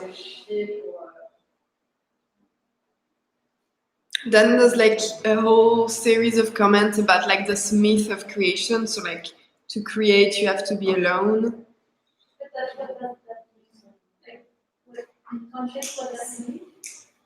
In context, what does it mean? I don't understand what it means. Because maybe the fact that they ask for money funding means that you need to be independent on these fundings, so that the creation is something, I guess. It was like in a big flow of comments, like because the discussion then like starts from like artist remuneration, and then of course there's like sub conversation about what it means to be an artist, who's an artist, who earns the right to be an artist, like what it means to like exert artistic practices like on a daily life. So then there's like also a lot of comments about like those myths about who's an artist, what it means to be an artist, and like the fact of an artist needing to be alone to be considered as such is really something that comes back a lot. C'était quel? C'était un reportage TV de Nouveau RTS. So this one is also about this question of the myth. So like for me, artistic practices is a call, just as one philosophy or religion. It's not when you look at how much you paid that you can express really a style or a feeling or an emotion. Il y a deux versions de lecture possibles pour ces phrases.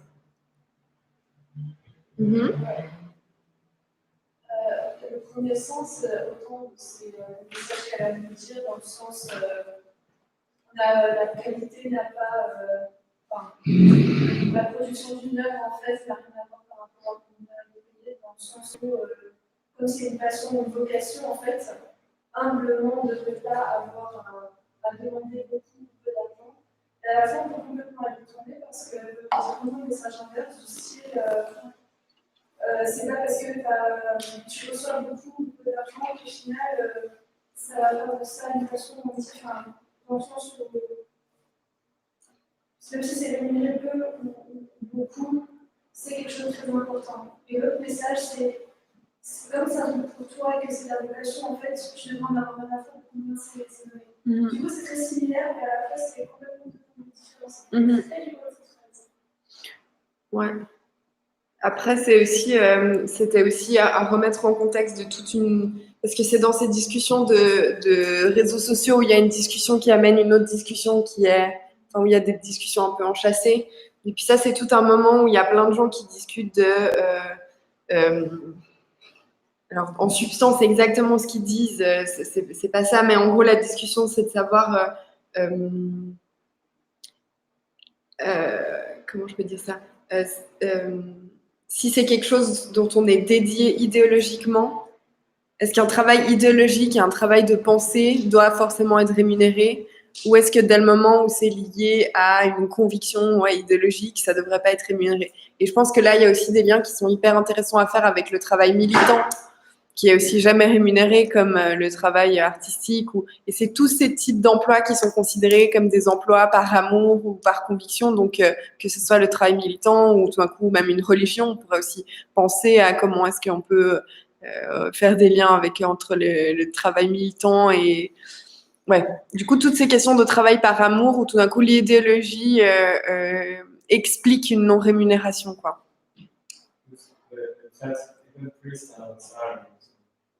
Quoi? Even priests have salaries. Yeah.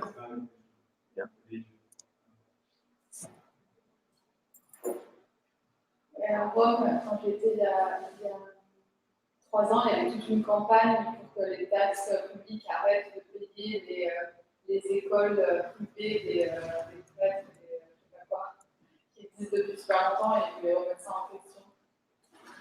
Mais là, c'est marrant parce qu'il y a aussi la philosophie, puis ça renvoie aussi aux chercheurs, penseurs, intellectuels, chercheuses et tout, qui aussi vont souvent se retrouver dans cette case-là avec écrivons un texte, ça va, gratuit, c'est tout le fruit de ton travail d'années de recherche, et puis juste faire un peu de la pub sur ça. C'est souvent fait de la même façon que les artistes visuels.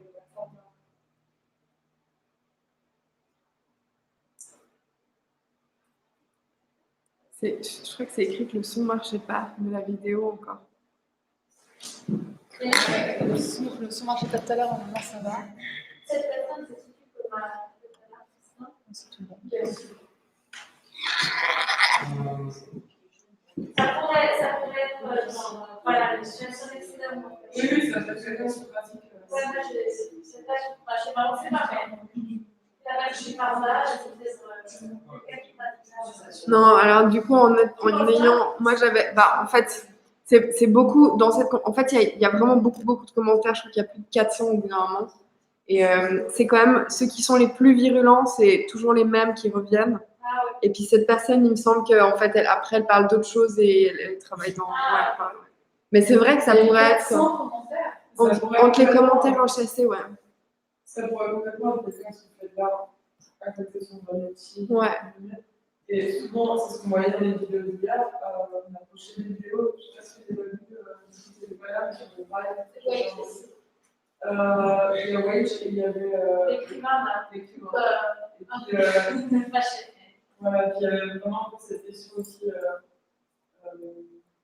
En fait, où il parle des autres artistes, ou des autres écrivains qui la merde entre guillemets par rapport à la profession, parce que ils peuvent aussi sortir des choses comme ça. Eux-mêmes. Voilà, ça c'est peut-être pas. Parce qu'en fait, il y a aussi la question de la valeur et de l'argent qui est honnête intellectuellement en fait, par rapport à l'art. Il y a cette question-là un peu dans ce commentaire, c'est un peu faire du fric, c'est pas quelque chose de c'est pas d'une hauteur morale que de faire de l'art. C'est pas la même hauteur morale.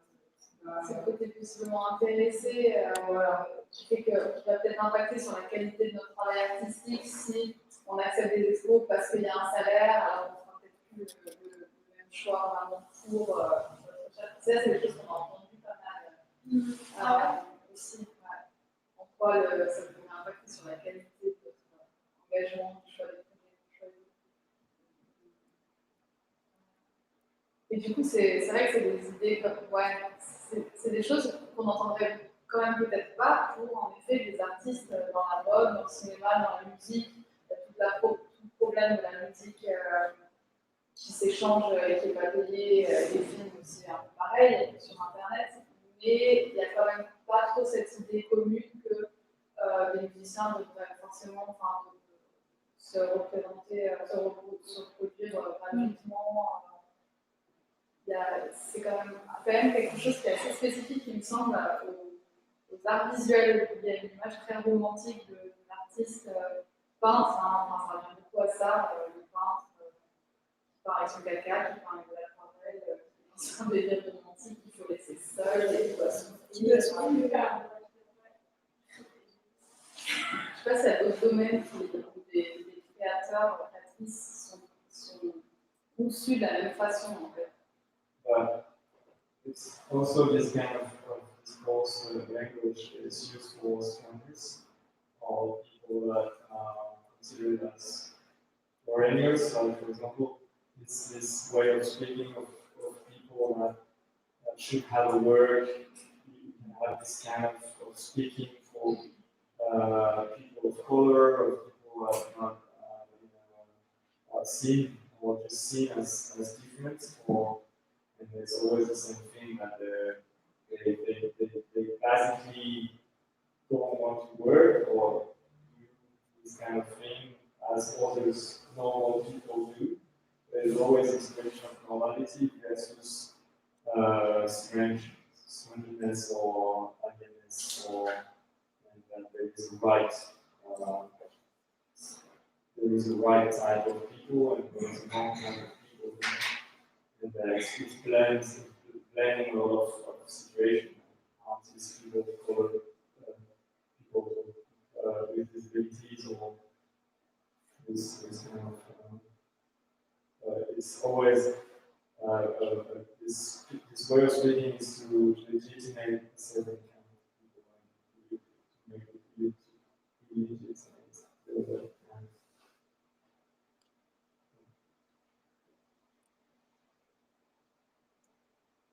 Should I go on? Yes, I want to see the comment. So then there's like this one that center about this question of like profit in the art world, and so yeah, I'm just gonna translate it. So I don't say that artists don't work. Sadly, like according to what you're saying, this work doesn't bring any results that could like create profit. So then I have news for you. Artist or not, you're producing a consummation good that answer to the laws of offer and demand. If this product that you produce doesn't create any interest and that nobody is interested to buy it, maybe it's because it is a bad product. You should then find a product that the people would be interested to consume. And maybe you could sell it and live from it. These are the laws of market. Maybe if tomorrow, because if tomorrow you need that the collectivity finance every good of consumption that nobody buys, silence. The society, the entire society will go bankrupt. Maybe that if you don't produce profit with your pieces, because nobody, it's just like it's really poorly written, so it's hard to translate. Maybe if you don't generate any profit with your pieces, because nobody thinks that they're worth the price you ask, then the problem is elsewhere. Maybe instead of asking for funding, try maybe to create pieces that people want to buy.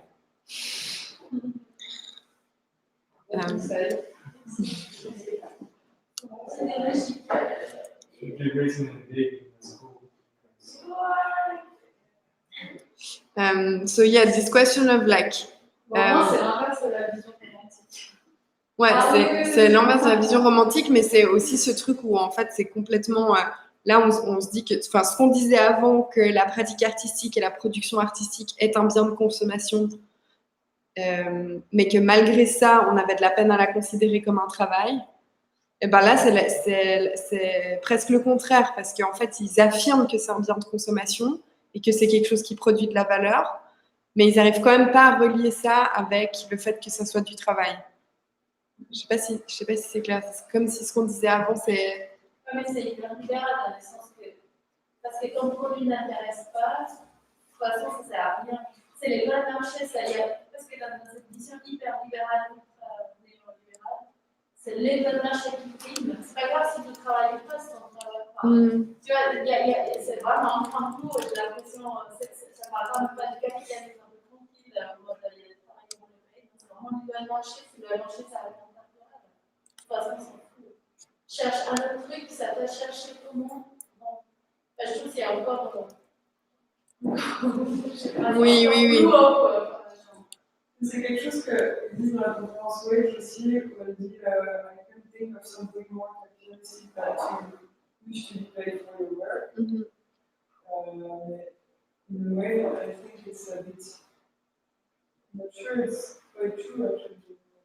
It's not because there is a money exchange for value that it's automatically capitalist. It's also the way you think of it as a whole. I guess it's her way to add like a kind of American hope that like capitalism is okay. Like they demonize everything that is not capitalist. So maybe she was just strategic there to me.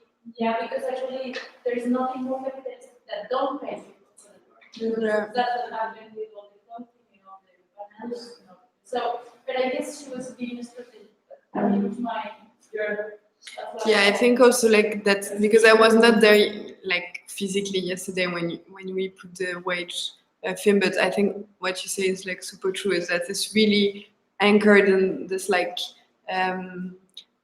North American context of like because even then like through the whole speech because it's three of them actually speaking in the whole video. Like the three of them actually said at some moment like I've had some experience outside of the US and there I've been paid. Like the three of them say that, but actually in Europe it's not that it's like known that every artist gets paid for their work. So I think it's also like this kind of rhetoric of like US based like audience that they're addressing.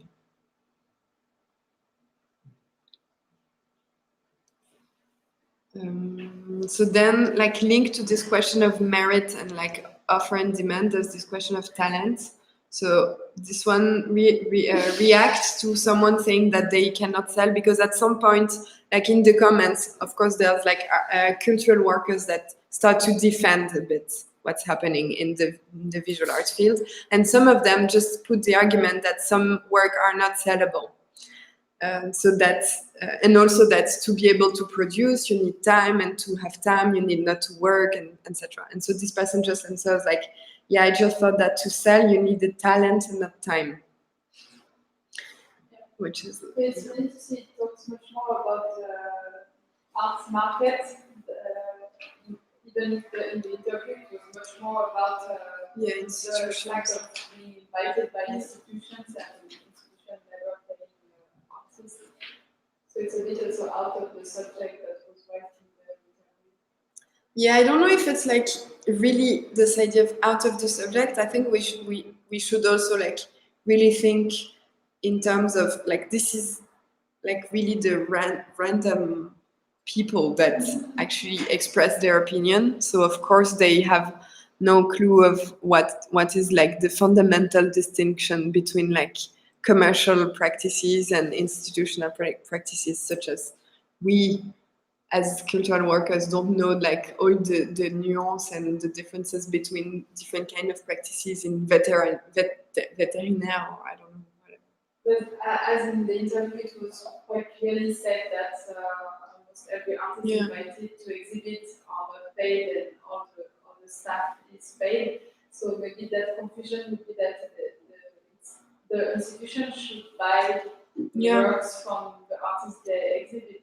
I think it's also that these people don't even do the understand really the difference between like institution and gallery. It's just, it doesn't matter, I think. Je sais pas. For me, it's just, also it proves that the idea that the society, if society exists as a whole, but thinks that contemporary art audience is galleries.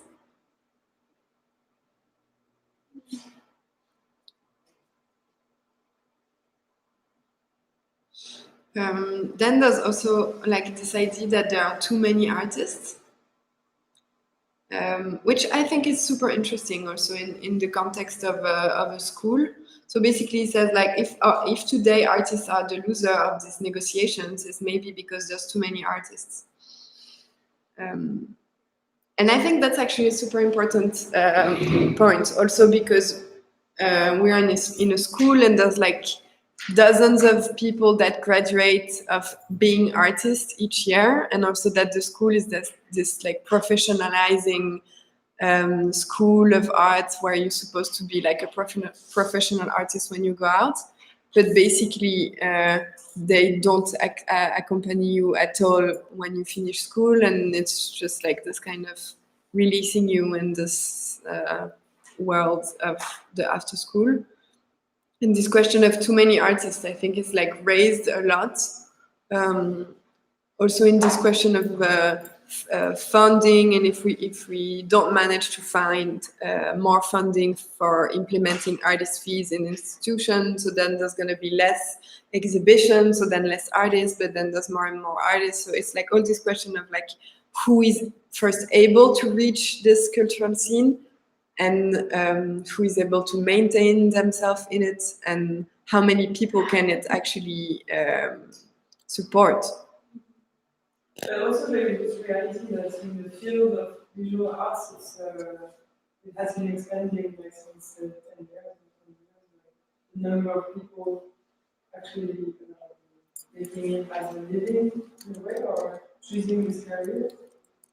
In terms of use of the field as well, like if we are struggling with the structure right now, it's because it's so long also in the field of the arts. Like if we talk about also living arts and the fact that there are already structures since 1900. It's not the case of the practices that relate to painting and to arts in the field of visual arts. So in a way, it's also a reality that there is a lot more with the artists than before, but of course not too much. But it's something that I guess is a bit true. And part of the paradox seems also that there are more and more like high school of art program, masters, and now post-studies, doctoral, PhD. And the fact that there's so many people with this degree, diplôme, d'études supérieures, and that it is still not considered as a profession, as something professional, even with this diploma. This is also a nonsense.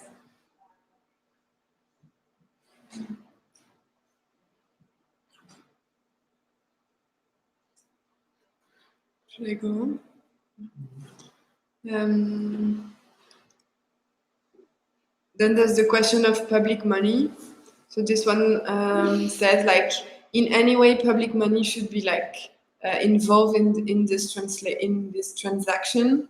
Asking for funding from the space is non-acceptable in this case.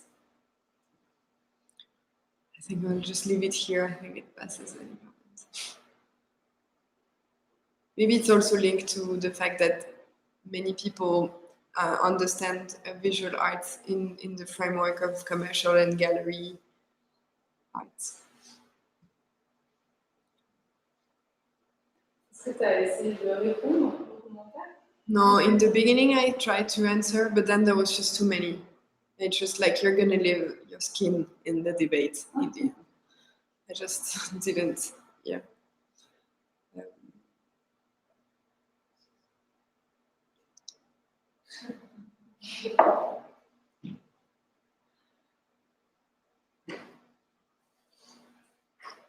Yeah, so this is still the question of, also it links this, so this one says like the museum is already funded because it exposes only artists that nobody sees or nobody goes to see. And and who could not really live from their practice. Then the person precises that the person is not speaking about the Orsay Museum in Paris. I don't know why. It's talking about content, right? Not like real. No, like, I think there is something there, like real. But Orsay, isn't it this museum it's of modern, but it's like. Isn't it ethnographic also? Orsay. No, Orsay, I know that's Branly. No, Orsay is just to the 20th century. It's like Mongolia. 1920, même pas. Donc ça, c'est vraiment l'art qui est. Enfin, je pense qu'il y a un côté un peu contemporain. Yeah, but then why not put Louvre or like some bigger institution that is. And then the person raised the question of like, why should we fund artists that nobody goes see? Yeah, I don't know if it raises more.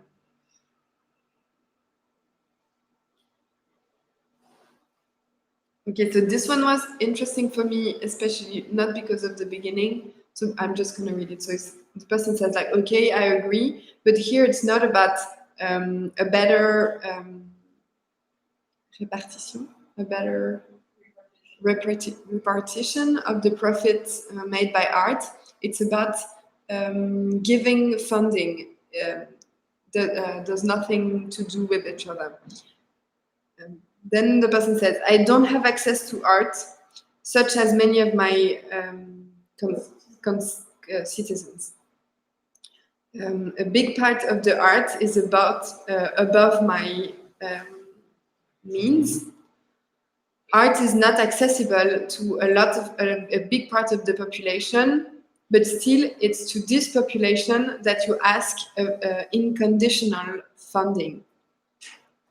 And who defines what is art?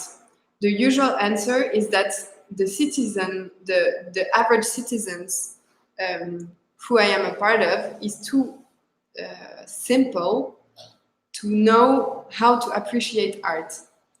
Still, it is to these simple and primary beings, simple-minded beings, that you ask for funding. If I pay, I want to be able to give my opinion. So I think that's actually super interesting because it's also like an argument that is used by the artists and cultural workers that want to resist this idea of using public funding.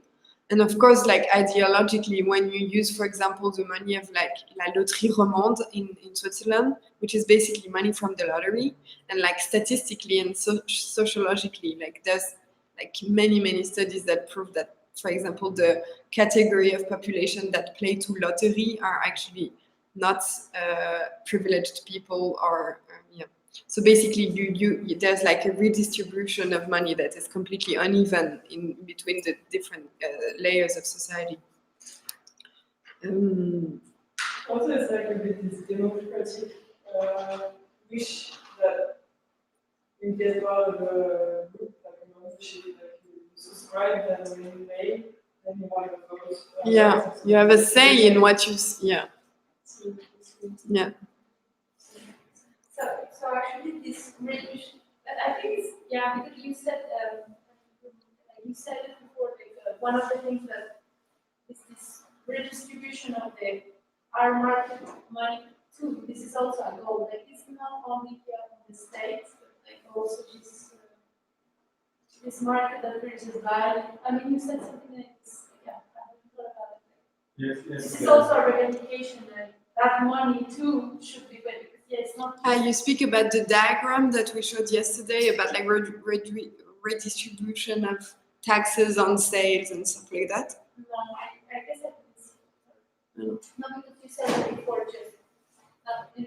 it's just like two different. Actually, this is like another thing. What like is the state related? It is kind of a problem of public and private. Like our market is not so public, and the nature of it is not. It's another functioning, and the state functioning is like two things that are there, but not But I'm gonna check maybe it's already answered by. No, that's no problem. Anyways, like any markets, no? Sorry? It's like any markets. Yeah, exactly. No, yeah, but which concern us.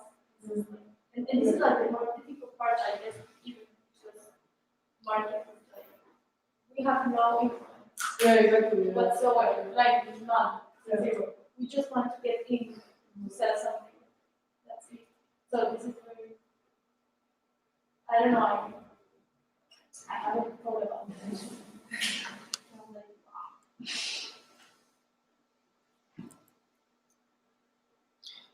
And then maybe the last one, and I think it's actually really linked also together. So, so here in this one, they say basically that if the artist is paid by the state, then the people that fund the space, which are the citizens, should have a say in it. And then there's a whole other branch of opinion about like this kind of state artists, like this person that says like artists that would be paid, so state artists in a way. What about the independence of creation? If the museum are paying artists, the risk isn't the risk. Isn't it risky to then realize that the only art that there is the one that is validated by the norms of the people that signed the checks? I think I translated really poorly. Yeah. But then also that's also like a rhetoric that is really common when we speak about artists' remuneration, is this idea that where is it gonna still be a freedom of the creation if the artist is paid by the museum, and is there gonna be a selection, and which is already the case through funding, because of course like not everybody receives approbation of funding, whether it's like white people, like colored people, so like there's like of course a lot of politics. So let's forget that not every artist has the time and the possibility to work for free for the exhibition or project without being paid. This question of the state, I mean, in this matter, it's like it's interesting if you look at, like, for instance, in Russia, like the public art, 10 years ago, it's like only controlled by the state, but it depends on which political state you are talking about. In this case, if it's a democratic state or if it's a politic that is in Switzerland, including citizens, decisions, etc. It's a totally different mindset than states. So I mean, it depends also. That I think it's a good point in a way about the validation of the arts that is validated by the state. Here, of course, we talk more institutions, which are already in a frame that is more or less.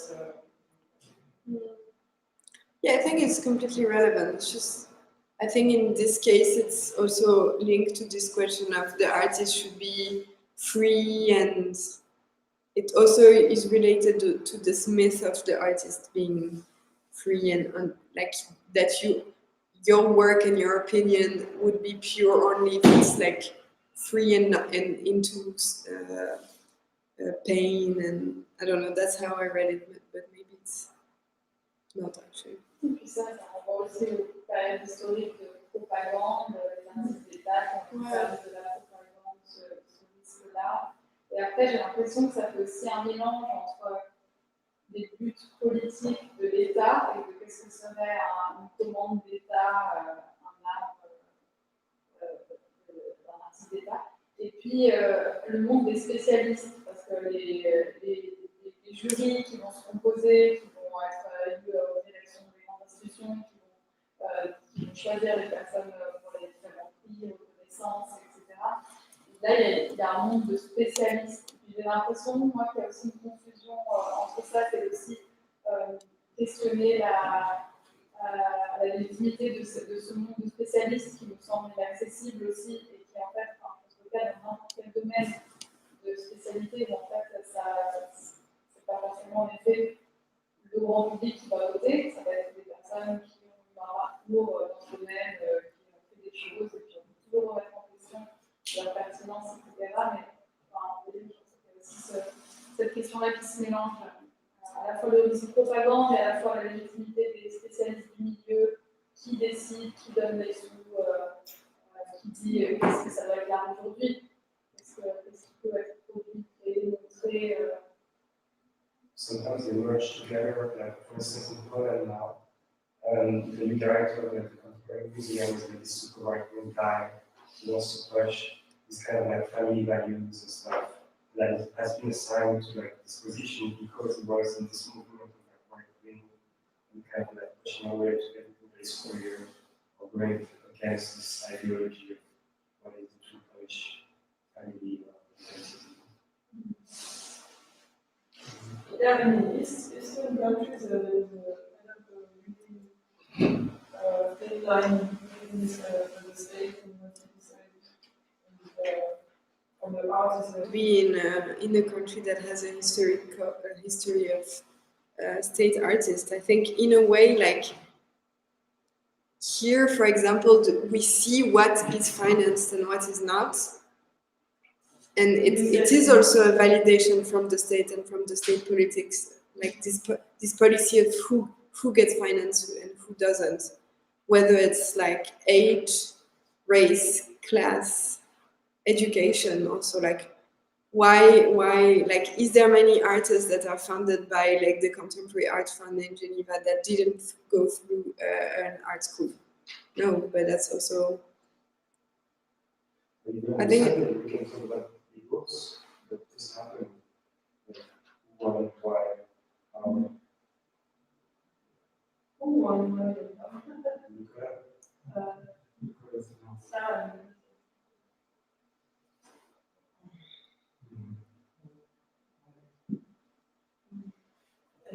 J'ai une question. Est-ce que parmi vos arguments de payer les services, il y a cette histoire des démocratiser qui peut faire de l'art? Ça ouais. j'imagine que c'est clair que si ça va avoir un appui, exactement. Ouais. Oui, ça c'est clairement un argument aussi, c'est de dire, en fait, pour l'instant, faire de l'art comme c'est pas rémunéré, évidemment que les gens qui peuvent se permettre même de penser au fait que c'est possible de faire de l'art, c'est même pas d'avoir la possibilité de le faire, c'est même d'avoir la possibilité de pouvoir penser qu'on peut le faire, que ça soit une possibilité. Et c'est évident que pour l'instant, ça l'est pas pour des personnes qui ont pas les capacités financières des personnes qui sont dans le milieu artistique pour l'instant. Et c'est clair que si ça devenait une pratique commune et que c'était communément admis et normalisé qu'être artiste était quelque chose une activité de laquelle on pouvait vivre, et c'est évident qu'il y aurait plus de gens et de diversité sociale parmi les personnes qui ont la possibilité d'être artistes. Peut-être que là, l'art exactement. Oui. On s'entend entre ouais. Ça, je trouve ça hyper fort. On va casser hyper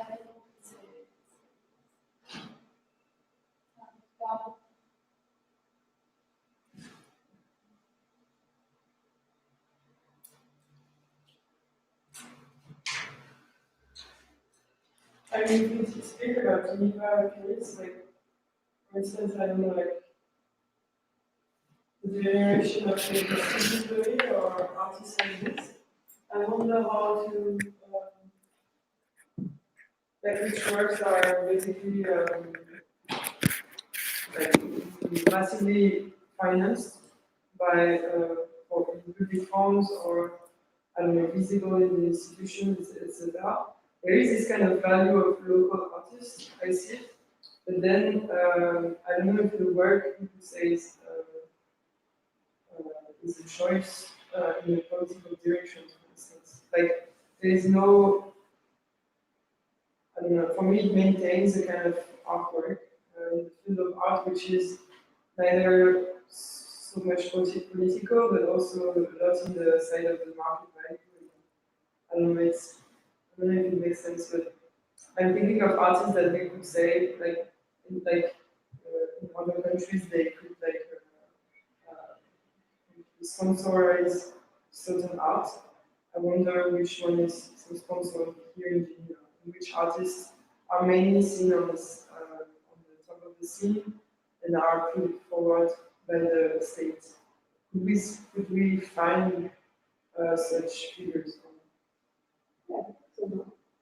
You mean names that are more pushed as this is identity in art or contemporary art? I wonder if it's an identity thing or For example, people who talk in the same language as the people who give the money and they just can talk about surreal stuff and they are cool to hang out because they know. I mean, there's a lot of things that I think may not completely change the game, but might be.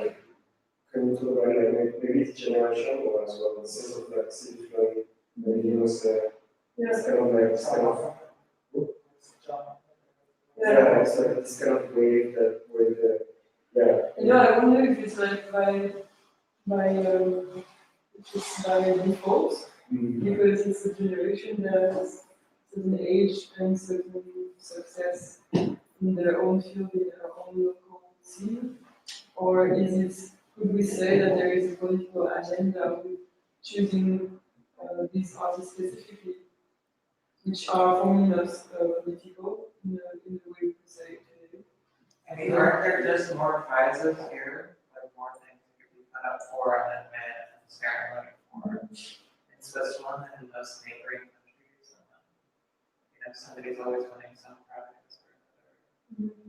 But I'm asking myself this also because those people were there kind of when the actual structures were emerging, and they were the one who were hanging out around the people who are now at the head of the structures. And now we kind of have the spaces of it's kind of this generation that was there at the very beginning, and now they have all those very things somehow. Exactly, it's like the comfort which extended out to the benefits tourism and everything about the city, things like art,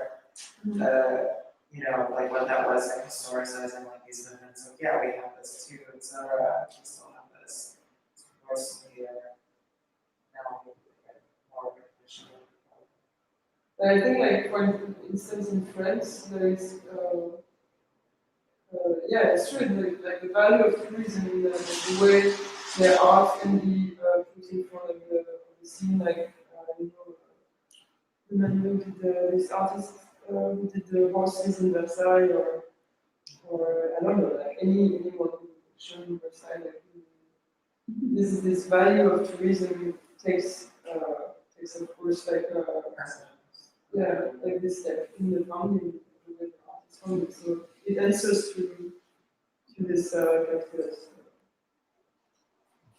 It's not linked to a political agenda, as you say, they won't support an artist that is 45 and really at the top of the scene with a luggage of political views that are super sharp and super advanced on the society.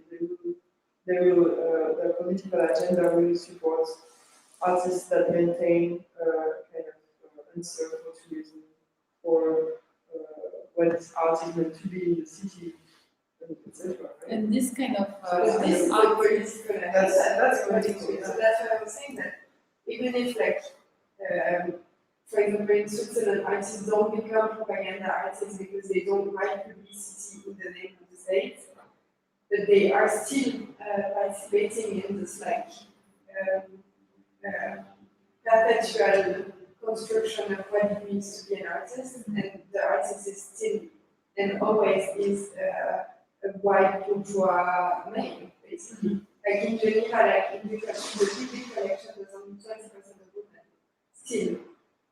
And zero women of color, for example. So that's also is, for me, it means that when you apply for public funds, you also, even if I do it almost every week, when I applied to a public funding, I applied to be accepted by what the state's considered as being legitimate art. And I think there's a loop with also art market, because in this example of a star artist, it is a direct answer to one of these comments about you should prove that your product has a value and interest. So this is the fact, like these are very well sold artworks, very expensive, and so it has a value, and so it is also shown by state and also very present in the market. So this is a good answer to what was asked to. We should all be into this frame, this corridor. Now, one of the things that we have to make, isn't like gender studies?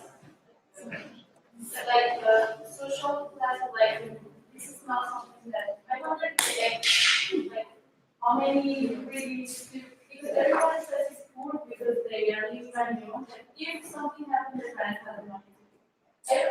I wonder why. I think it's not as much as like we're everyone says like almost everyone says, oh no, I don't have money. Like if something happens, really, who has like this feeling? Parents or something that, I mean, how many people don't have that, really, that are engaging in arts exercise? I don't think they're like, okay, we maybe work and we pay our house and we pay our, okay, but how many of us really don't have anything else to lay on if something really bad happens? And I don't think that those people are here because they cannot afford to be here. This study of socioeconomic things is not because people are considered without their parents, but this is not true because that's not the way society works. Like if you have a problem and you have not a very bad relationship with family, you can always blame something. And I guess really poor people, really old men, don't are. They don't. I think there are. There is. Yeah, but not many. I don't think. I think this is like. But even to go to this school, it's like as an international student, you have to like prove that you make at least $20,000 a year. And it's like, how are you supposed to kind of maintain this income if you're working in another country and you're not going to get your job? You know? Like Switzerland won't even let you in to come study, and then you're like, oh, okay, well then who has this money actually? Like, yeah, I had to like enable them. I had to like get somebody to write a letter and be like, honest, you know. I probably, you know, because that's just like not, you know, like some people that were there, who are they? Like, who's financing them? You know?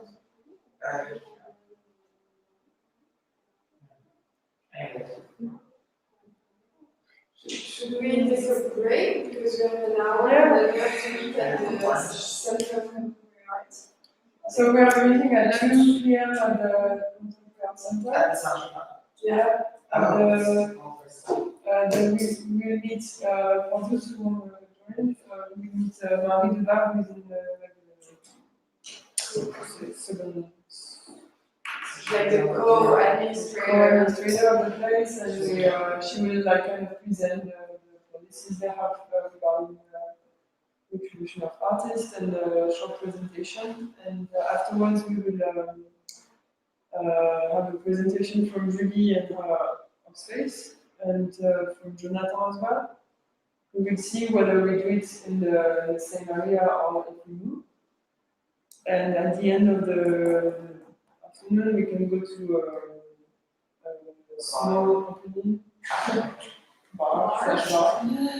They have in the Soul, which is like, I don't know if everyone knows it maybe already, it's like this big building with a lot of studios in, and they have this first floor where they do some stuff. Ressources urbaines.